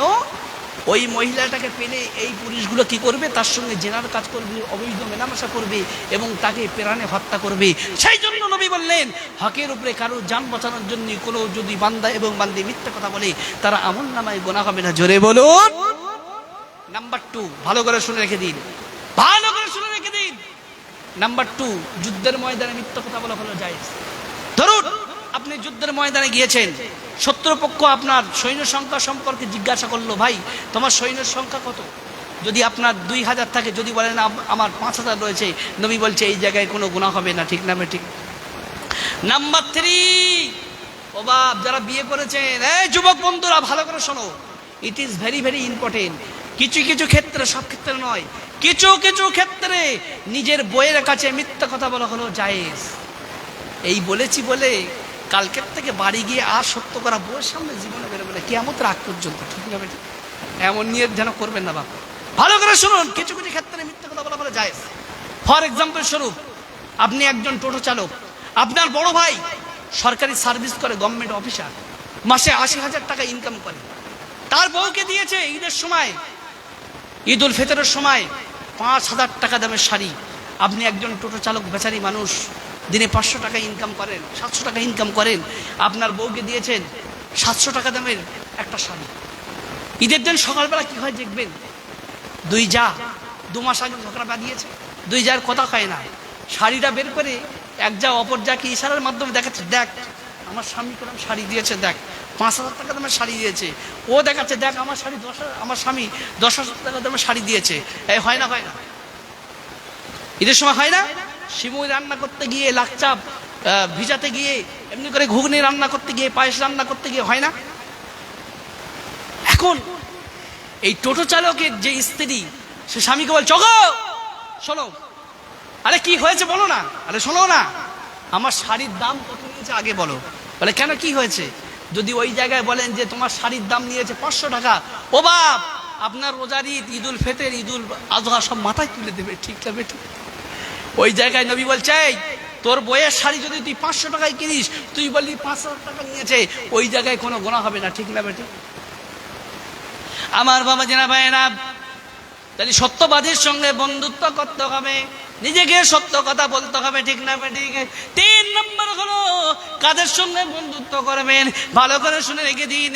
3 নম্বর হলো সোহাদা, শহীদগণদের সঙ্গে বন্ধুত্ব করতে হবে, যারা আল্লাহর পথে নিজের জীবনকে উৎসর্গ করে দিয়েছে। তাদের সম্পর্কে কোরআন কি বলছে দেখুন। আল্লাহর কোরআন জানিয়ে দিয়ে দিলেন, লা তাকুলু লিমান ইউকতালু ফি সাবিলিল্লাহি আমওয়াত বাল আহইয়াউ ওয়ালাকিন লা তাশউরুন। কোরআনে 12 নম্বর হলো 2, সূরার নাম সূরা বাকারার মধ্যে আল্লাহ পাক জানিয়ে দিয়ে দিলেন, আমার রাস্তায় যারা নিজের জীবনকে উৎসর্গ করে দিয়েছে, খবরদার খবরদার তোমরা তাদেরকে মৃত ব্যক্তি বলে ধারণা করতে যাও না। আমার রাস্তায় নিজের জীবনকে বিলীন করে দেওয়ার পরে, ইন্তেকালের পরেও আমি আল্লাহ পাক তাদেরকে কবরের মধ্যে জীবিত অবস্থায় রেখে দিয়েছি। কবরের মধ্যে জীবিত অবস্থায় কেমন করে থাকে, কেমন করে তারা কবরের জিন্দাগিটা পার করছে বাবা, আমি আপনি কেউ দেখতে পাই না বাবা। একে চন্দ্র, দুয়ে পক্ষ, তিনে নেত্র, আমাদের 2টো চোখ আছে, আর একটা চোখ আছে বাবা আধ্যাত্মিক চোখ। ওই আধ্যাত্মিক চোখ যাদের ছিল, আল্লাহ পাক যাদেরকে দান করেছিলেন বাবা, যারা আধ্যাত্মিক চোখকে বর্জন করেছিলেন বাবা, তারা কবরের ধারে দাঁড়ালে তারা দেখতে পেতেন কবরের মানুষ কোন হালাতে রয়েছে। ঠিক না বে ঠিক? এটা না বা কারা অর্জন করেছিলেন? ফুরফুরা দরবার শরীফে শুয়ে আছেন মুজাদ্দেদ জামান পীর আবু বকর সিদ্দিক রহমাতুল্লাহ আলাইহি, বসরের জমিনে শুয়ে আছেন আল্লামা রুহুল আমিন রহমাতুল্লাহ আলাইহি। ঠিক না বা ঠিক? ইনি ছিলেন বড় মাওলানা বাপ আল্লামা রুহুল আমিন রহমাতুল্লাহ আলাইহি। ওনার জীবনের একটা ঘটনা একটু বলে যাই বাপ। ওনার ছেলে ছিলেন বাপ আব্দুল ওয়াহিদ, কি নাম বললাম? আব্দুল ওয়াহিদ আর আব্দুল মাজেদ। আব্দুল মাজেদ তিনি তো অনেক আগে ইন্তেকাল করেছিলেন। আব্দুল ওয়াহিদ যখন ইন্তেকাল করেছিলেন বাপ, আল্লামা রুহুল আমিন রহমাতুল্লাহ আলাইহি কবরের ধারে দাঁড়িয়ে দাঁড়িয়ে ছেলেকে তালকিন দিচ্ছেন আব্দুল ওয়াহিদকে। তিনি দেখতে পেলেন ফেরেশতাদেরকে দেখে আল্লাহ পাক তাকে বাতিন চোখ দিয়েছিলেন বাপ আল্লামা রুহুল আমিন রহমাতুল্লাহ আলাইহি। কবরের ধারে যখন দাঁড়িয়েছেন, দেখতে পেলেন আমার পুত্র আব্দুল ওয়াহিদ ফেরেশতাদের দেখে তিনি ঘাবড়ে যাচ্ছেন, ফেরেশতাদের প্রশ্নের উত্তর দিতে পারছেন না। আবার বাবাজিরা ভাইরা বসে আনে জমিনে শুয়ে আছেন আল্লামা রুহুল আমিন রাহমাতুল্লাহ আলাইহি কবরের পাশে দাঁড়িয়ে দাঁড়িয়ে বলেছিলেন, ও বাবা আব্দুল ওয়াহিদ, তুমি ভয় পেও না বাবা, তুমি দুঃখ পেও না বাবা, তুমি অত্যন্ত ভয় করো না। আমি তোমার আব্বাজান রুহুল আমিন তোমার কবরের পাশে দাঁড়িয়ে আছে, আমি তোমার আব্বাজান জানিয়ে দিয়ে দিলাম, তুমি মুনকার এবং নকিরের ফেরেশতাদের উত্তরগুলো দিয়ে দাও। ও বাপ, তাদেরকে আল্লাহ পাক আধ্যাত্মিক চোখ দিয়েছিলেন বাপ। আমার বাবা যারা ভাইরা আধ্যাত্মিক চোখ বাপ আল্লাহ রাব্বুল আলামিন যাকে তাকে দেন না বাপ। যারা কায়িক পরিশ্রম করেছে, যারা দুনিয়া জমিনে আল্লাহকে প্রিয় ভেবেছে, যারা আল্লাহর নৈকট্য অর্জন করেছে, তাদেরকে আল্লাহ রাব্বুল আলামিন এই আধ্যাত্মিক চোখ আল্লাহ পাক দান করেছিলেন। ঠিক না বেঠিক? আমার বাবা জেনা ভাইরা, যদি আমি আপনি যদি আল্লাহর প্রিয় বান্দা যদি হতে পারি, আল্লাহর মাহবুব বান্দা যদি হতে পারি, পৃথিবীর সমস্ত মখলুক আমাদের তাবেদারি করবে। ঠিক না বেঠিক? আল্লাহ নবী বললেন, মান কানা লিল্লাহি কানা আল্লাহু লাহু। যে ব্যক্তি আল্লাহর জন্য হয়ে যায়, পৃথিবীর সমস্ত বস্তু তার জন্য হয়ে যায়। আমার বাবা জেনা ভাইরা, আল্লাহ নবী বললেন, আমি মুহাম্মদ সাল্লাল্লাহু আলাইহি সাল্লাম তোমাদেরকে জানিয়ে দিয়ে দিলাম, যারা আল্লাহ পাকের ওলি বান্দা হয়, তাদেরকে আল্লাহ রাব্বুল আলামিন স্পষ্ট আরেকটা চোখ দান করে। ইত্তাকু ফিরাসাতাল মুমিনিন ফাইন্নাহু ইয়ানজুরু বিনুরিল্লাহি তাআলা। আল্লাহ নবী বললেন, আল্লাহর মাহবুব বান্দা, ওলি বান্দা, হাক্কানি বান্দা, শহীদ বান্দাদের দূরদর্শিতাকে তোমরা ভয় করো। কেন? তারা সাধারণভাবে দেখে না, আল্লাহ পাকের নূর দিয়ে তারা দেখতে থাকে। ঠিক না বেঠিক? আমার বাবা জেনা ভাইরা, তাই আমার আল্লাহ পাক জানিয়ে দিয়ে দিলেন, যারা আমার আল্লাহ পাক, আমি আল্লাহ পাক, আমার ওলি বান্দা যারা হয়, আমার মাহবুব বান্দা যারা হয়, কবরের মধ্যে তারা শুধু জিন্দা থাকে না, আমি আল্লাহ পাক কবরের মধ্যে তাদের জন্য রিজিকের ব্যবস্থা করে থাকি, খাওয়া দাওয়ার ব্যবস্থা করে থাকি। আল্লাহর কোরআন জানিয়ে দিয়ে দিলেন, লা তাহসাবান্নাল্লাযীনা কুতিলু ফি সাবিলিল্লাহি আমওয়াতা বাল আহইয়াউন ইনদা রাব্বিহিম ইরসাকুন। কোরআনে 12 নম্বর হলো 5, সূরার নাম সূরা নিসার মধ্যে আল্লাহ পাক জানিয়ে দিয়ে দিলেন, যারা আল্লাহর ওলি বান্দা হয়, তাদেরকে কোনো দিনের জন্য তোমরা তুচ্ছ মনে করো না। তারা মৃত্যুর পরে কবরের মধ্যে জিন্দা থাকে। শুধু কবরের মধ্যে জিন্দা থাকে না, আমি আল্লাহ পাক আমার তরফ থেকে তারা কবরের মধ্যে রিজিক প্রাপ্ত হয়। ঠিক না বেঠিক? এবার কেমন করে খায়, কেমন করে আল্লাহ পাক তাদেরকে খাওয়ায়, ও চোখ বাপ আমার নেই, আপনার নেই বাপ, আমি আপনি দেখতে পাই না। ঠিক না বেঠিক? আমার বাবা যারা ভাইরা, 3 নম্বর বললাম, শহীদানদের সঙ্গে বন্ধুত্ব করতে হবে। 4 নম্বর হলো সালেহিন, নেককার মনজুর মকবুল বান্দা, আল্লাহর ওলি বান্দার সঙ্গে বন্ধুত্ব করবেন বাবা। ওলি 2 প্রকার দুনিয়া জমিনে। 1 নম্বর হলো ভণ্ড ওলি, 2 নম্বর হলো হাক্কানি ওলি। হাক্কানি ওলি বান্দাদের সম্পর্কে কোরআন জানিয়ে দিয়ে দিন, আলা ইন্না আউলিয়া আল্লাহি লা খাউফুন আলাইহিম ওয়ালা হুম ইয়াহসানুন। কোরআনে 12 নম্বর হলো 11 সূরার নাম সূরা ইউনূস। আল কোরআন জানিয়ে দিয়ে দিন, যারা আমি আল্লাহ পাক আমার ওলি বান্দা হবে, যারা আমি আল্লাহ পাক আমার মাহবুব বান্দা হবে, তাদের কোনো দুঃখ নাই, তাদের কোনো ভয় নাই। আমি আল্লাহ পাক জানিয়ে দিয়ে দিলাম, আমি আল্লাহ পাক তাদেরকে আমার বন্ধু রূপে গ্রহণ করলাম। ঠিক না ঠিক? যারা আল্লাহর ওলি বান্দা, তাদের কোনো দুঃখ আছে, তাদের কোনো ভয় আছে? তাদের কোনো ভয় নেই, তাদের কোনো দুঃখ নেই। ঠিক না ঠিক? এবার আসুন, আল্লাহর ওলি বান্দা কারা, কিভাবে চিনবেন যে এই ব্যক্তি আল্লাহর ওলি? যদি কোনো ব্যক্তি আপনার সম্মুখে এসে বলে আমি একজন আল্লাহর ওলি বান্দা, হাতে হেসা বড় তসবি নিয়ে আর একটা লাঠি নিয়ে, মাথায় হেসা বড় জুব্বা বেঁধে, এমনি করে হাঁটুর নিচ পর্যন্ত গোল পাঞ্জাবি পরে এসে বলছে আল্লাহ আল্লাহ আল্লাহ আল্লাহ, আমি একজন আল্লাহর ওলি বান্দা, সঙ্গে সঙ্গে মেনে নেবেন? মেনে নেবেন? খবরদার না, সঙ্গে সঙ্গে মানবেন না। আল্লাহর ওলি বান্দা কাদেরকে বলে? যাদের মধ্যে 8টা গুণ থাকবে, তাদেরকে আল্লাহর ওলি বান্দা হিসেবে মানবেন। কথা বললাম, 8টা গুণ ভালো করে শুনুন। নাম্বার 1 হলো, আল্লাহর কোরআন জানিয়ে দিয়ে দিলেন, আল্লাযীনা আমানু ওয়া কানু ইয়াত্তাকুন। নাম্বার 1 হলো যারা দুনিয়া জমিনে ঈমান এনেছে, আল্লাহর উপরে ঈমান আনয়ন করেছে, ফেরেশতাদের উপরে ঈমান আনয়ন করেছে, কিয়ামত দিবসের উপরে ঈমান আনয়ন করেছে, আসমানি কিতাবের উপরে ঈমান আনয়ন করেছে, এমনি করে ভালো মন্দ তকদির উপরে ঈমান আনয়ন করেছে, এমনি করে যা কিছু ভালো মন্দ হয় আল্লাহ তাআলার পক্ষ থেকে হয়, এমনি করে মৃত্যুর পরে আবার জিন্দা করা হবে, এর উপরে যারা ঈমান আনয়ন করেছে তারা হলো আল্লাহ পাকের 1 নম্বর হাক্কানি ওলি বান্দা। 2 নম্বর হলো ওয়া কানু ইয়াত্তাকুন, যারা দুনিয়া জমিনে মুত্তাকি, যারা দুনিয়া জমিনে আল্লাহ পাকের নিকটবর্তী বান্দা, তারা হলো দুনিয়া জমিনে আল্লাহ পাকের হাক্কানি ওলি বান্দা। 3 নম্বর হলো লা তাবদিলা লিকালিমাতিল্লাহ, 3 নম্বর হলো যারা দুনিয়া জমিনে আল্লাহর কোনো বিধান পরিবর্তন করবে না, কোনো রদ বদল করবে না, তারাই হলো দুনিয়া জমিনে আল্লাহ পাকের হাক্কানি ওলি বান্দা। তাই নাম্বার 1 কি বললাম? ঈমান আনয়নকারী। নাম্বার 2 হলো মুত্তাকি। নাম্বার 3 হলো আল্লাহ পাকের বিধানকে কোনো দিনের জন্য পরিবর্তন করবে না। নাম্বার 4 হলো ভালো করে শুনে রেখে দিন, নাম্বার 4 ওই ব্যক্তি আল্লাহ পাকের ওলি, জাহিদ ফিদ দুনিয়া রাগিব ফিল আখিরাহ, যার মধ্যে দুনিয়ার টাকা পয়সা অর্থ সম্পদের জমি জায়গার মহব্বত থাকবে না, ওই ব্যক্তি হলো আল্লাহ পাকের হাক্কানি ওলি বান্দা। আমার বাবাজিরা ভাইরা, বর্তমানে এই 8টা গুণের মধ্যে বেশি করে দেখবেন এই জিনিসটা কার মধ্যে বেশি আছে? কি বললাম? এই জিনিসটার লোভ হলো বাপ, সাংঘাতিক লোভ বাপ। এই জিনিসটার জন্য পৃথিবী মানুষ ধ্বংসে পরিণত হয়েছে বাবা, পৃথিবীর মানুষ ধ্বংসের দিকে গিয়েছে বাবা। এই জিনিসটা যার মধ্যে থাকবে সেই ব্যক্তি কোনোদিনের জন্য আল্লাহর ওলি বান্দা হতে পারবে না, ঠিক না ঠিক? আমার বাবা জেনা ভাইরা, মুজাদ্দিদ জামান পীর আবু বকর সিদ্দিক রাহমাতুল্লাহ আলাইহিকে আমরা কেন আল্লাহ পাকের হাক্কানি ওলি বান্দা হিসেবে মানি কেন জানেন? তার মধ্যে একটা গুণ ছিল, তিনি কোনোদিন দুনিয়ার টাকা পয়সার মহব্বত তার মধ্যে ছিল না, ঠিক না ঠিক? আমার বাবা জেনা ভাইরা, ফর এক্সাম্পল শুধু আপনাদেরকে বলে যাচ্ছে, মুজাদ্দিদ জামান পীর আবু বকর সিদ্দিক রাহমাতুল্লাহ আলাইহির একজন বিখ্যাত খলিফা, নাম তার হলো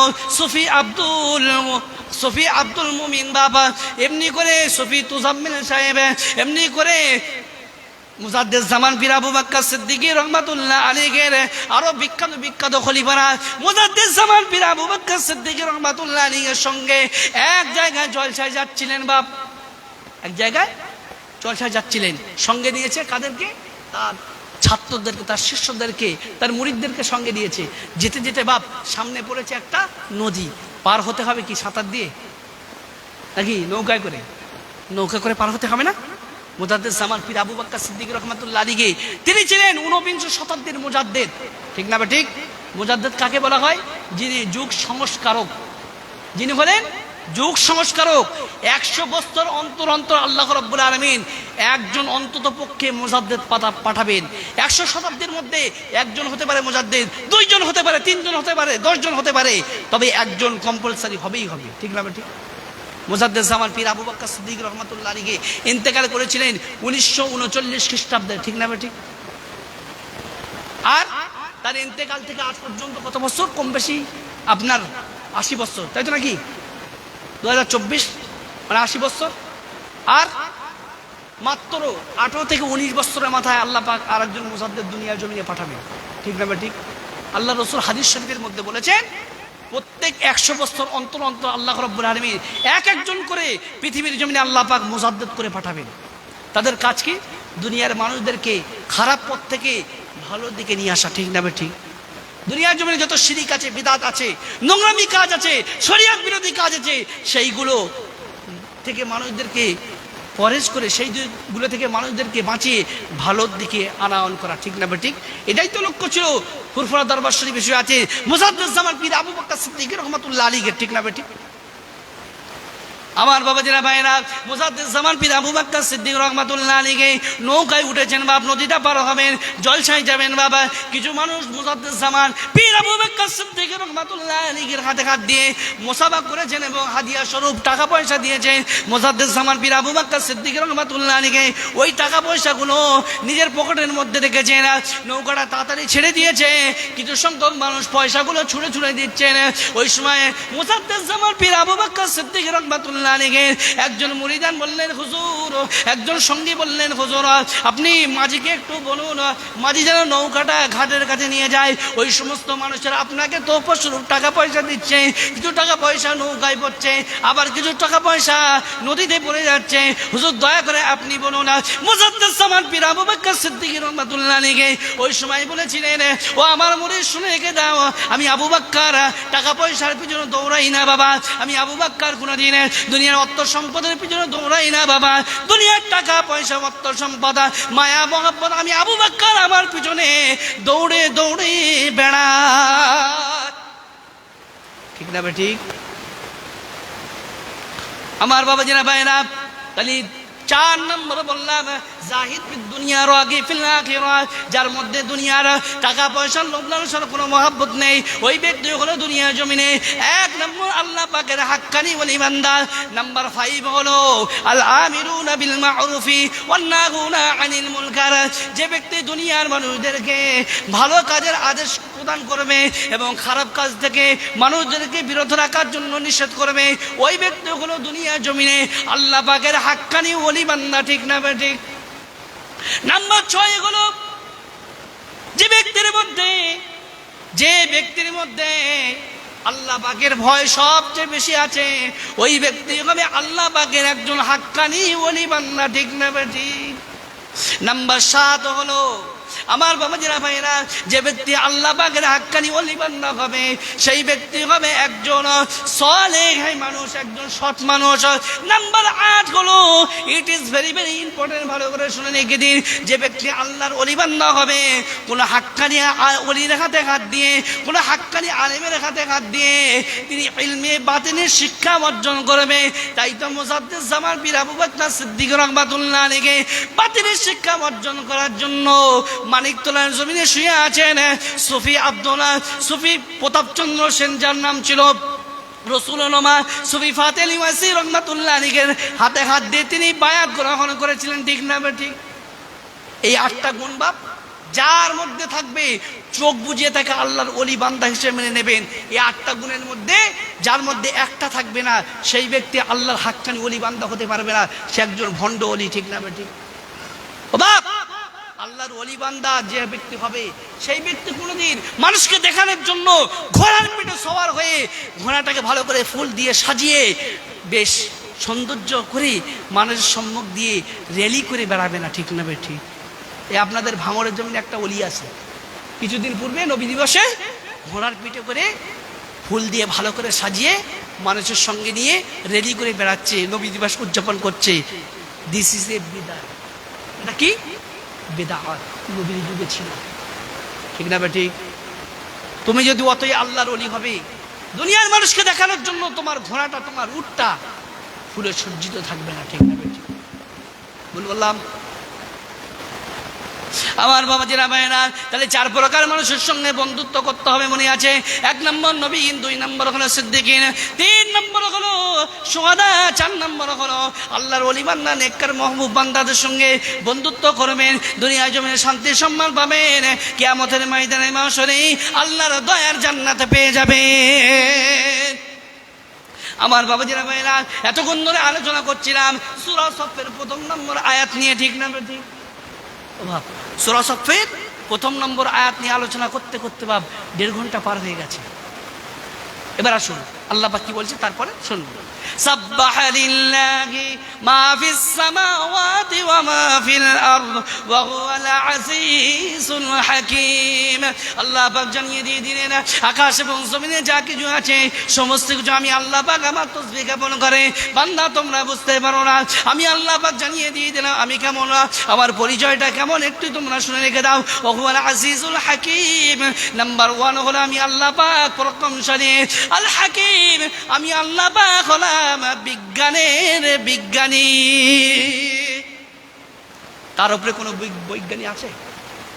এরপরে আমার আল্লাহ পাক জানিয়ে দিয়ে দিলেন, ইমানদারদেরকে সম্বোধন করে আল্লাহ পাক বললেন, ইয়া আইয়ুহাল্লাযীনা আমানু লিমা তাকুলুনা মা লা তাফআলুন। আল্লাহ পাক জানিয়ে দিয়ে দিলেন সূরা সফের 2 নম্বর আয়াতে আল্লাহ পাক বললেন, হে ঈমানদার বিশ্বাসী বান্দাগণ, ওই কথাগুলো কেন তোমরা মানুষদেরকে বলে বলে বেড়াও, যে কাজগুলো তোমরা করো না, যে কাজগুলো তোমরা নিজেরা করতে পারো না, ওই কাজগুলো কেন মানুষদেরকে বলে বলে বেড়াও। আমি আপনাদেরকে বলে যাচ্ছি, বাবাজিরা নামাজ পড়বেন, রোজা করবেন, হজ আদায় করবেন, যাকাত আদায় করবেন, শরীয়তের পুঙ্খানুপুঙ্খ জিনিসগুলো আপনারা ভালোভাবে আদায় করবেন। আর আমি যদি ওই কাজগুলো যদি না করি, কিয়ামতের ময়দানে মাহশরে আল্লাহর দরবারে আমাকে কৈফিয়ত করতে হবে না হবে না বাপ? হবে না? আমি আপনাদেরকে শুধু বলে যাব যে আপনার স্ত্রীকে নামাজি বানাবেন, আপনার ছেলে মেয়েকে নামাজি বানাবেন, আপনার পরিবারকে নামাজি বানাবেন, আপনি নিজে নামাজ পড়বেন, অথচ দেখতে পাওয়া জায়গায় কি হয়, আমার বাড়িতে গিয়ে আমার স্ত্রীটা নামাজ পড়ে না, হায়রে আফসোস, আমার ছেলেটা নামাজ পড়ে না, আমার বউটা নামাজ পড়ে না, এমনকি জলসা করে করে আমি ফজরের নামাজ কোনো দিনের জন্য পড়ি না। এমন বক্তা আছে নেই? ও বাপ, রাত 12টার সময় ওয়াজ করে বাড়ি ফিরছে, বাড়ি ফিরতে 2টো বেজে গেছে, 3টে বেজে গেছে, ফজরের নামাজ না পড়ে শুয়ে পড়েছে। আমার বাবাজিরা ভাইরা বোনা ভাই বুঝবেন না। এরপরে আমার আল্লাহ পাক জানিয়ে দিয়ে দিলেন, কাবুরা মাকতান ইনদাল্লাহি আন তাকুলু মা লা তাফআলুন। আল্লাহ পাক জানিয়ে দিলেন, কাবুরা মাকতান ইনদাল্লাহি আন তাকুলু মা লা তাফআলুন। আল্লাহর কাছে ওই সমস্ত কথা সবচেয়ে নিন্দনীয়, আল্লাহর কাছে সবচেয়ে অপছন্দনীয় যে কথাগুলো তোমরা মানুষদেরকে বলে বেড়াও, যে কথাগুলো তোমরা মানুষদেরকে শুধু বলো, কাজে তোমরা নিজেরা পরিণত করো না, ওই কথাগুলো আল্লাহর কাছে সবচেয়ে অপ্রিয়। এরপরে আবার আল্লাহ পাক জানিয়ে দিয়ে দিলেন, আমি আল্লাহ পাক আমার কাছে কারা সবচেয়ে প্রিয় বান্দা শুনে রেখে দাও। আল্লাহ পাক জানিয়ে দিয়ে দিলেন, ইন্নাল্লাযীনা ইউকাতিলুনা ফি সাবিলিহি সাফফান কাআন্নাহুম বুনিয়ানুম মারসুস। সূরা সাফের 4 নম্বর আয়াতে আল্লাহ পাক জানিয়ে দিয়ে দিলেন, ওই সমস্ত ব্যক্তিরা হলো আমি আল্লাহ পাক আমার কাছে সবচেয়ে প্রিয়, যারা নিজেদের জানার মাল দিয়ে আল্লাহর রাস্তায় সীসা গলিত প্রাচীনে যুদ্ধের ময়দানে নিজের জীবনটা কাটিয়ে দিয়েছে, ওই সমস্ত ব্যক্তিরা হলো আমি আল্লাহ পাক আমার কাছে সবচেয়ে প্রিয় ব্যক্তি। এরপরে আমার আল্লাহ পাক সূরা সফের মধ্যে 2 জন নবীর পরিচয় আল্লাহ পাক দেবেন। কজন নবী? 2 জন নবী। নাম্বার 1 হলো নবী মূসা আলাইহিস সালামের পরিচয় দেবেন। তারপরে আল্লাহ রাব্বুল আলামিন এই সূরা সফের মধ্যে 2 নম্বর নবী ঈসা আলাইহিস সালামের পরিচয় দিবেন। বাপ আসুন সংক্ষেপে বাপ নবী মূসা আলাইহিস সালামের একটু ইতিহাস আপনাদেরকে তুলে ধরি। বাপ ও বাপ, নবী মূসা আলাইহিস সালাম কোথায় জন্মগ্রহণ করেছিল বাপ? কোন জায়গায়? মিশরে না বাপ? সেই সময়টা কার সময় ছিল বাপ? ফেরাউনের সময় ছিল না বাপ? নবী মূসা আলাইহিস সালাম যখন জন্মগ্রহণ করেছিল বাপ, ফেরাউন স্বপ্নের মাধ্যমে জানতে পেরেছিল যে আমার এই এলাকায়, আমার এই কমে একজন ছেলে, একজন পুত্র সন্তান জন্মগ্রহণ করবে, ওই পুত্র সন্তানের হাতে আমার সাম্রাজ্য, আমার রাজত্ব চলে যাবে।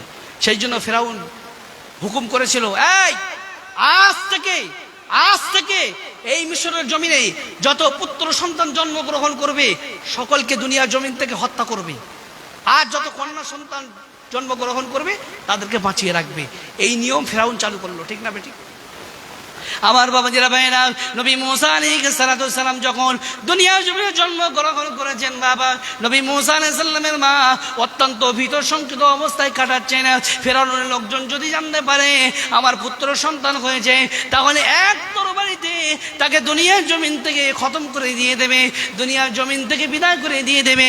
ওই সময়ে নবী মূসা আলাইহিস সালামের মা কি করেছিলেন, ফেরাউনের লোকজন যখন নবী মূসা আলাইহিস সালামের বাড়িতে যখন চেক করতে এসেছিল পুত্র সন্তান আছে নাকি কন্যা সন্তান আছে, ফেরাউনের লোক লস্কর থেকে বাঁচার জন্য নবী মূসা আলাইহিস সালামের মা কি করেছিলেন বাবা, আমরা যে রুটি টুটি যে বাড়িতে তৈরি করার জন্য তাবা কিনে আনি, ওই তাবাতে মা বোনেরা কি করে রুটি ছাকেন, ঠিক না ঠিক বাবা?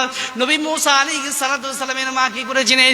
ওই গরম তাওয়ায় নবী মুসা আলাইহিস সালামকে রেখে দিয়ে একটা ঢাকনা চাপা দিয়েছিলেন।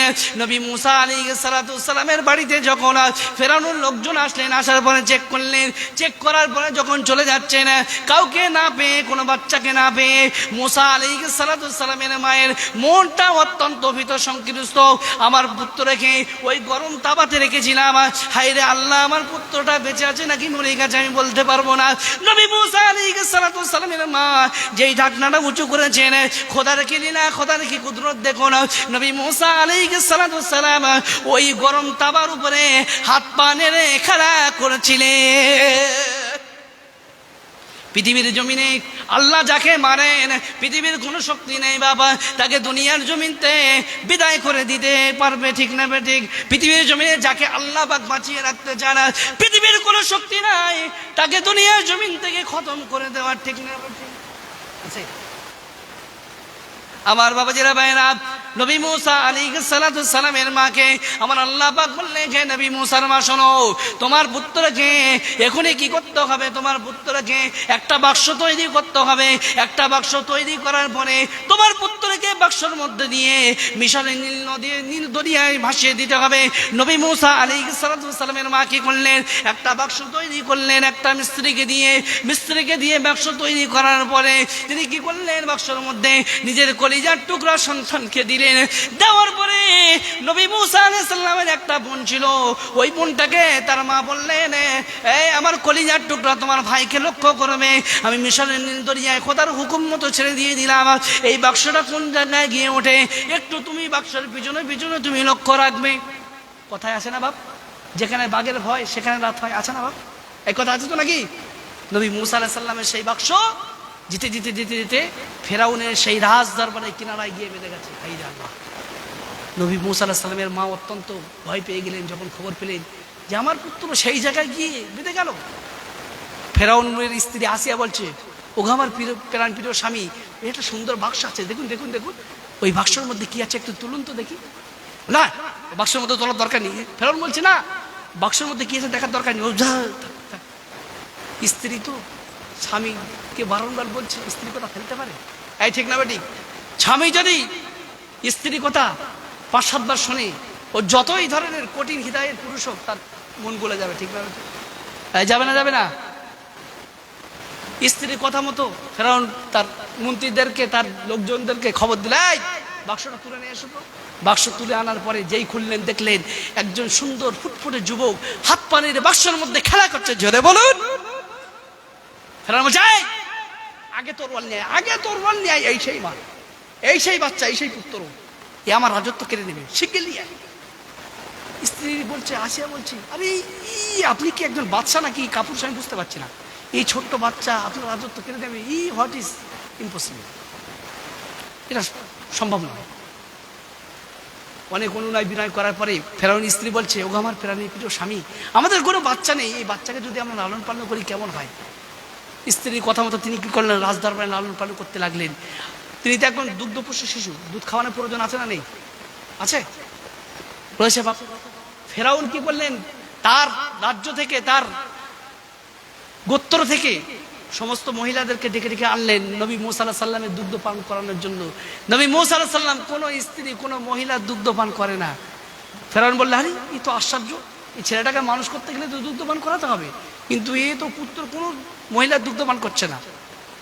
তখনও মুসা আলাইহিস সালামের বোন ফেরাউনের রাজদরবারে নিজের পরিচয় গোপন করে তিনি সব দেখছেন। দেখে মাকে গিয়ে খবর দিতেন প্রত্যেক দিন। ফেরাউনকে বলছে, বাদশা, আমাদের দেশে একজন মহিলা আছে, ওই মহিলা যদি আসে মনে হয় ওই মহিলার দুধ এই বাচ্চা পান করতে পারে। ওই সময় ফেরাউন বলছে, আগে ডেকে নিয়ে আয়, আগে ডেকে নিয়ে আয়, ওই মহিলাকে ডেকে নিয়ে আয়, যত টাকা লাগে রাখবে, এই বাচ্চাকে যদি দুগ্ধ পান করাতে পারে আমি তাকে সব দিয়ে দেব। ওই সময় ওই মহিলাটা কি করলেন? নবী মুসা আলাইহিস আলাইহিস সাল্লামের বোন যে মহিলাটা নবী মুসা আলাইহিস সাল্লামের বাড়িতে গিয়ে নবী মুসার মাকে ডেকে আনলেন। নবী মুসা আলাইহিস সালামের মা নবী মুসা আলাইহিস সাল্লামকে যেই কোলে নিয়েছেন, কোলে নেওয়ার পরে তিনি নিজের স্তনটা বড় করে নবী মুসা আলাইহিস সাল্লামের যেই মুখের কাছে দিয়েছেন, নবী মুসা আলাইহিস সাল্লাম নিজের মায়ের স্তন থেকে দুগ্ধ পান করতে শুরু করে দিয়েছে। নবী মুসার মা ভয় করছিল, হায় রে আল্লাহ, ফেরাউনের দরবারে উঠেছে কিনা হবে জানি না। আল্লাহ বলছে, এই মুসার মা, চিন্তা করার দরকার নেই, আমি আল্লাহ যেখানে আছি সেখানে দুনিয়ার কোনো মানুষের চিন্তা করার দরকার নেই।